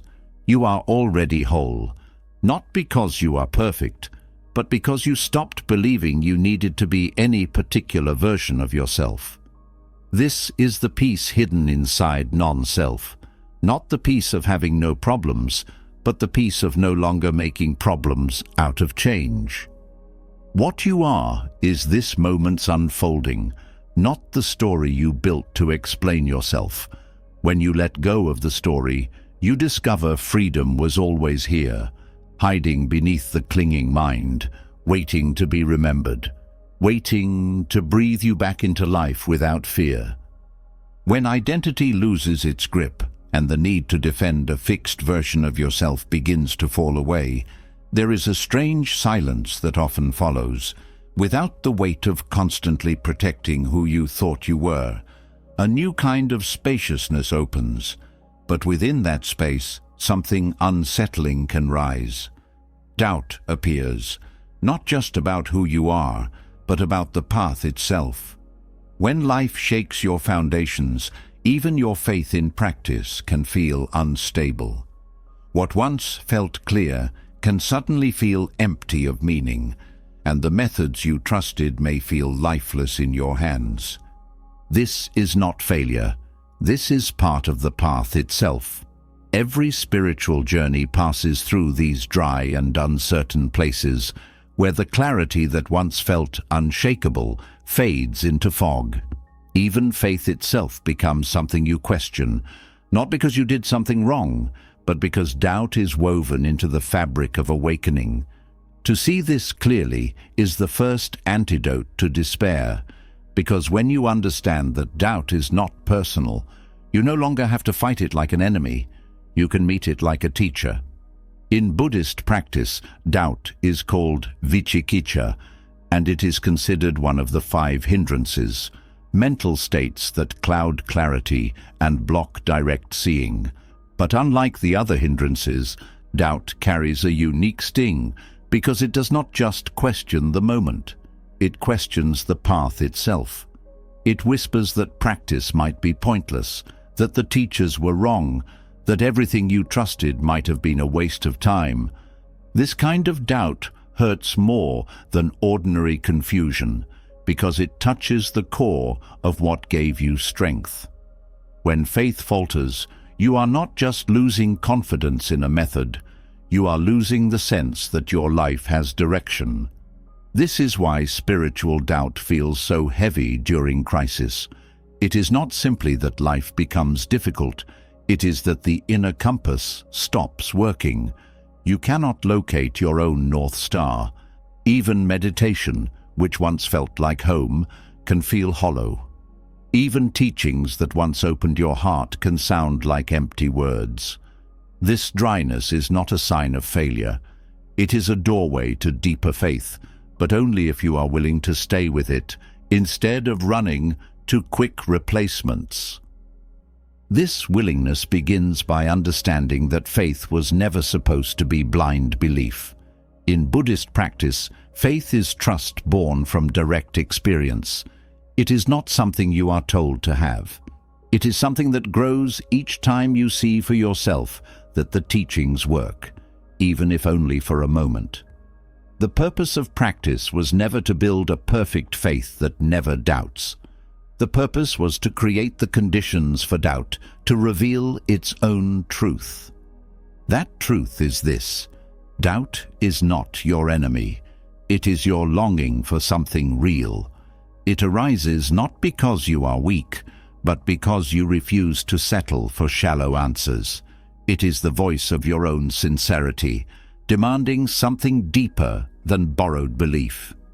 This sincerity is painful because it burns through every comforting illusion. It forces you to ask hard questions. Why am I practicing? What do I really trust? Is there something here I can lean on even when life collapses? These questions are not distractions from practice. They are the practice. They strip away spiritual pretense and force you to meet the path without decoration. They dismantle the tendency to practice for results, to meditate for peace, to follow teachings for comfort. What is left, after every motive is exposed, is the bare willingness to meet reality as it is, even if reality offers no immediate reward. This is where faith becomes something much deeper than belief. It becomes faith in reality itself. Faith not that life will improve, but that you can meet life directly, even when it hurts, even when the path feels empty. This faith is faith in your own capacity to be present, not faith in specific outcomes. It is faith that awareness itself is enough, even if awareness reveals nothing but discomfort and silence. This shift from faith in what happens to faith in the capacity to meet what happens is what makes doubt transformative. It breaks the mind's attachment to using practice as a tool to get somewhere. It ends the bargaining mindset that says, if I meditate enough, life will feel better. It replaces all of that with a simpler faith. The faith that presence itself can hold whatever arises, even loss, even dryness, even doubt itself. This does not mean doubt disappears. It means you stop being afraid of doubt. You stop needing to resolve every question before you continue walking. You learn to walk with doubt beside you, treating it not as proof of failure, but as proof that you care deeply enough to question everything. This shift is what turns doubt into curiosity, not the anxious craving for answers, but the gentle willingness to ask without demanding immediate certainty. This gentle questioning softens the mind's panic. It creates space for something quieter to emerge. The understanding that faith was never about answers. It was always about the courage to stay present inside the mystery. This kind of faith outlives every collapse because it no longer depends on certainty. It is the faith that knows there is value in showing up, even when nothing makes sense. This shift also dissolves the craving for spiritual experiences. When faith is confused with excitement, with feeling inspired, with peak moments of bliss, it becomes fragile. The moment those feelings fade, doubt rushes in to declare the path dead. But mature faith understands that real practice is not exciting most of the time. It is ordinary. It is the faithfulness of showing up for your life, moment after moment, breath after breath, without needing fireworks. This kind of faith is humble. It does not need to prove anything. It does not need to argue with doubt or convert others to its view. It simply trusts the process of being awake, even when awakening feels like confusion, even when clarity disappears for months or years. It knows that presence itself is the point, not special states, not perfect understanding, just being fully alive to this breath. This humility also protects you from spiritual pride, because spiritual pride depends on comparing your experience to others. It feeds off the belief that real practice always feels profound. But mature faith knows that the most transformative moments often feel empty. It knows that doubt itself is part of the cleansing fire, burning away every layer of pretense until only what is real remains. This faith is quiet strength, not the strength of feeling invincible, but the strength of being willing to not know. It is the strength to walk with uncertainty, to stay open when every part of the mind wants to close. This strength does not come from outside. It arises directly from meeting doubt without running away, from seeing that doubt does not need to be solved, only understood. This understanding also frees you from comparing your path to others. When doubt arises, it is tempting to assume others have something you lack, more faith, more clarity, more certainty. But real practice teaches that every sincere practitioner meets doubt. The only difference is whether they see doubt as a failure or as part of the journey. The ones who keep walking are not the ones who never doubted. They are the ones who learned how to doubt well. Doubting well means not hiding from questions, but also not demanding they be answered right away. It means keeping the heart open, even when the mind is full of uncertainty. It means continuing to practice, not because you know it will work, but because something in you remembers that presence itself is valuable, even when no reward comes.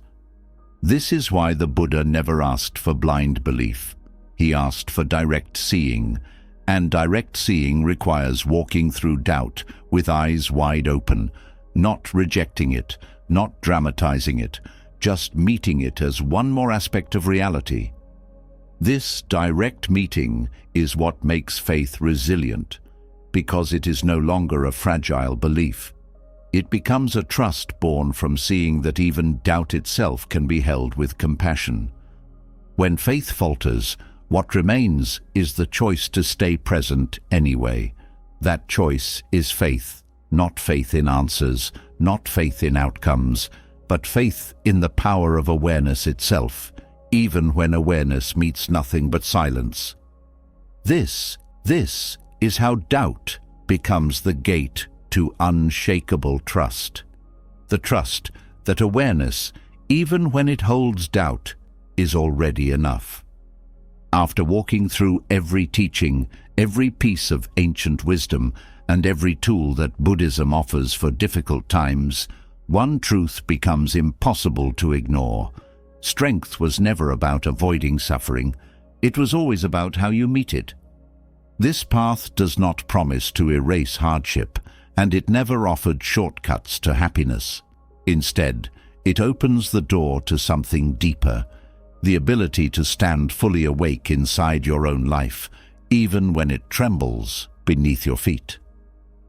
From emptiness that dissolves attachments to karma that teaches you to stop fighting the storm, from the courage of the Bodhisattva path to the practical map of the Four Noble Truths, from meditative endurance that anchors the mind to the wisdom of walking grief itself into the earth. These teachings are not decorations for peaceful times. They are survival skills for the heart, designed for moments like these, moments when life breaks open and leaves you with nothing to hold on to but your own awareness. And even then, Buddhism reminds you that you are not alone. Refuge in the Three Jewels stands beneath every collapse. The paramitas become tools you can grip when you forget your own strength. Non-clinging frees you from the weight of false identity. Death contemplation strips away fear, and when faith falters, it is the path itself that gently guides you back. Every practice, every teaching, every reminder points to the same truth. You are stronger than you think, not because you can control life, but because you can meet it fully as it is. So now it's your turn. What teaching spoke to your heart the most? Which lesson feels like the one you needed right now? Leave a comment below and share your voice, because wisdom grows deeper when it's held together, and your story could be exactly what someone else needs to read today. And if you want to keep walking this path together, make sure you subscribe and turn on notifications, because this journey of inner strength is just getting started. And the next teaching might be the one that changes everything for you.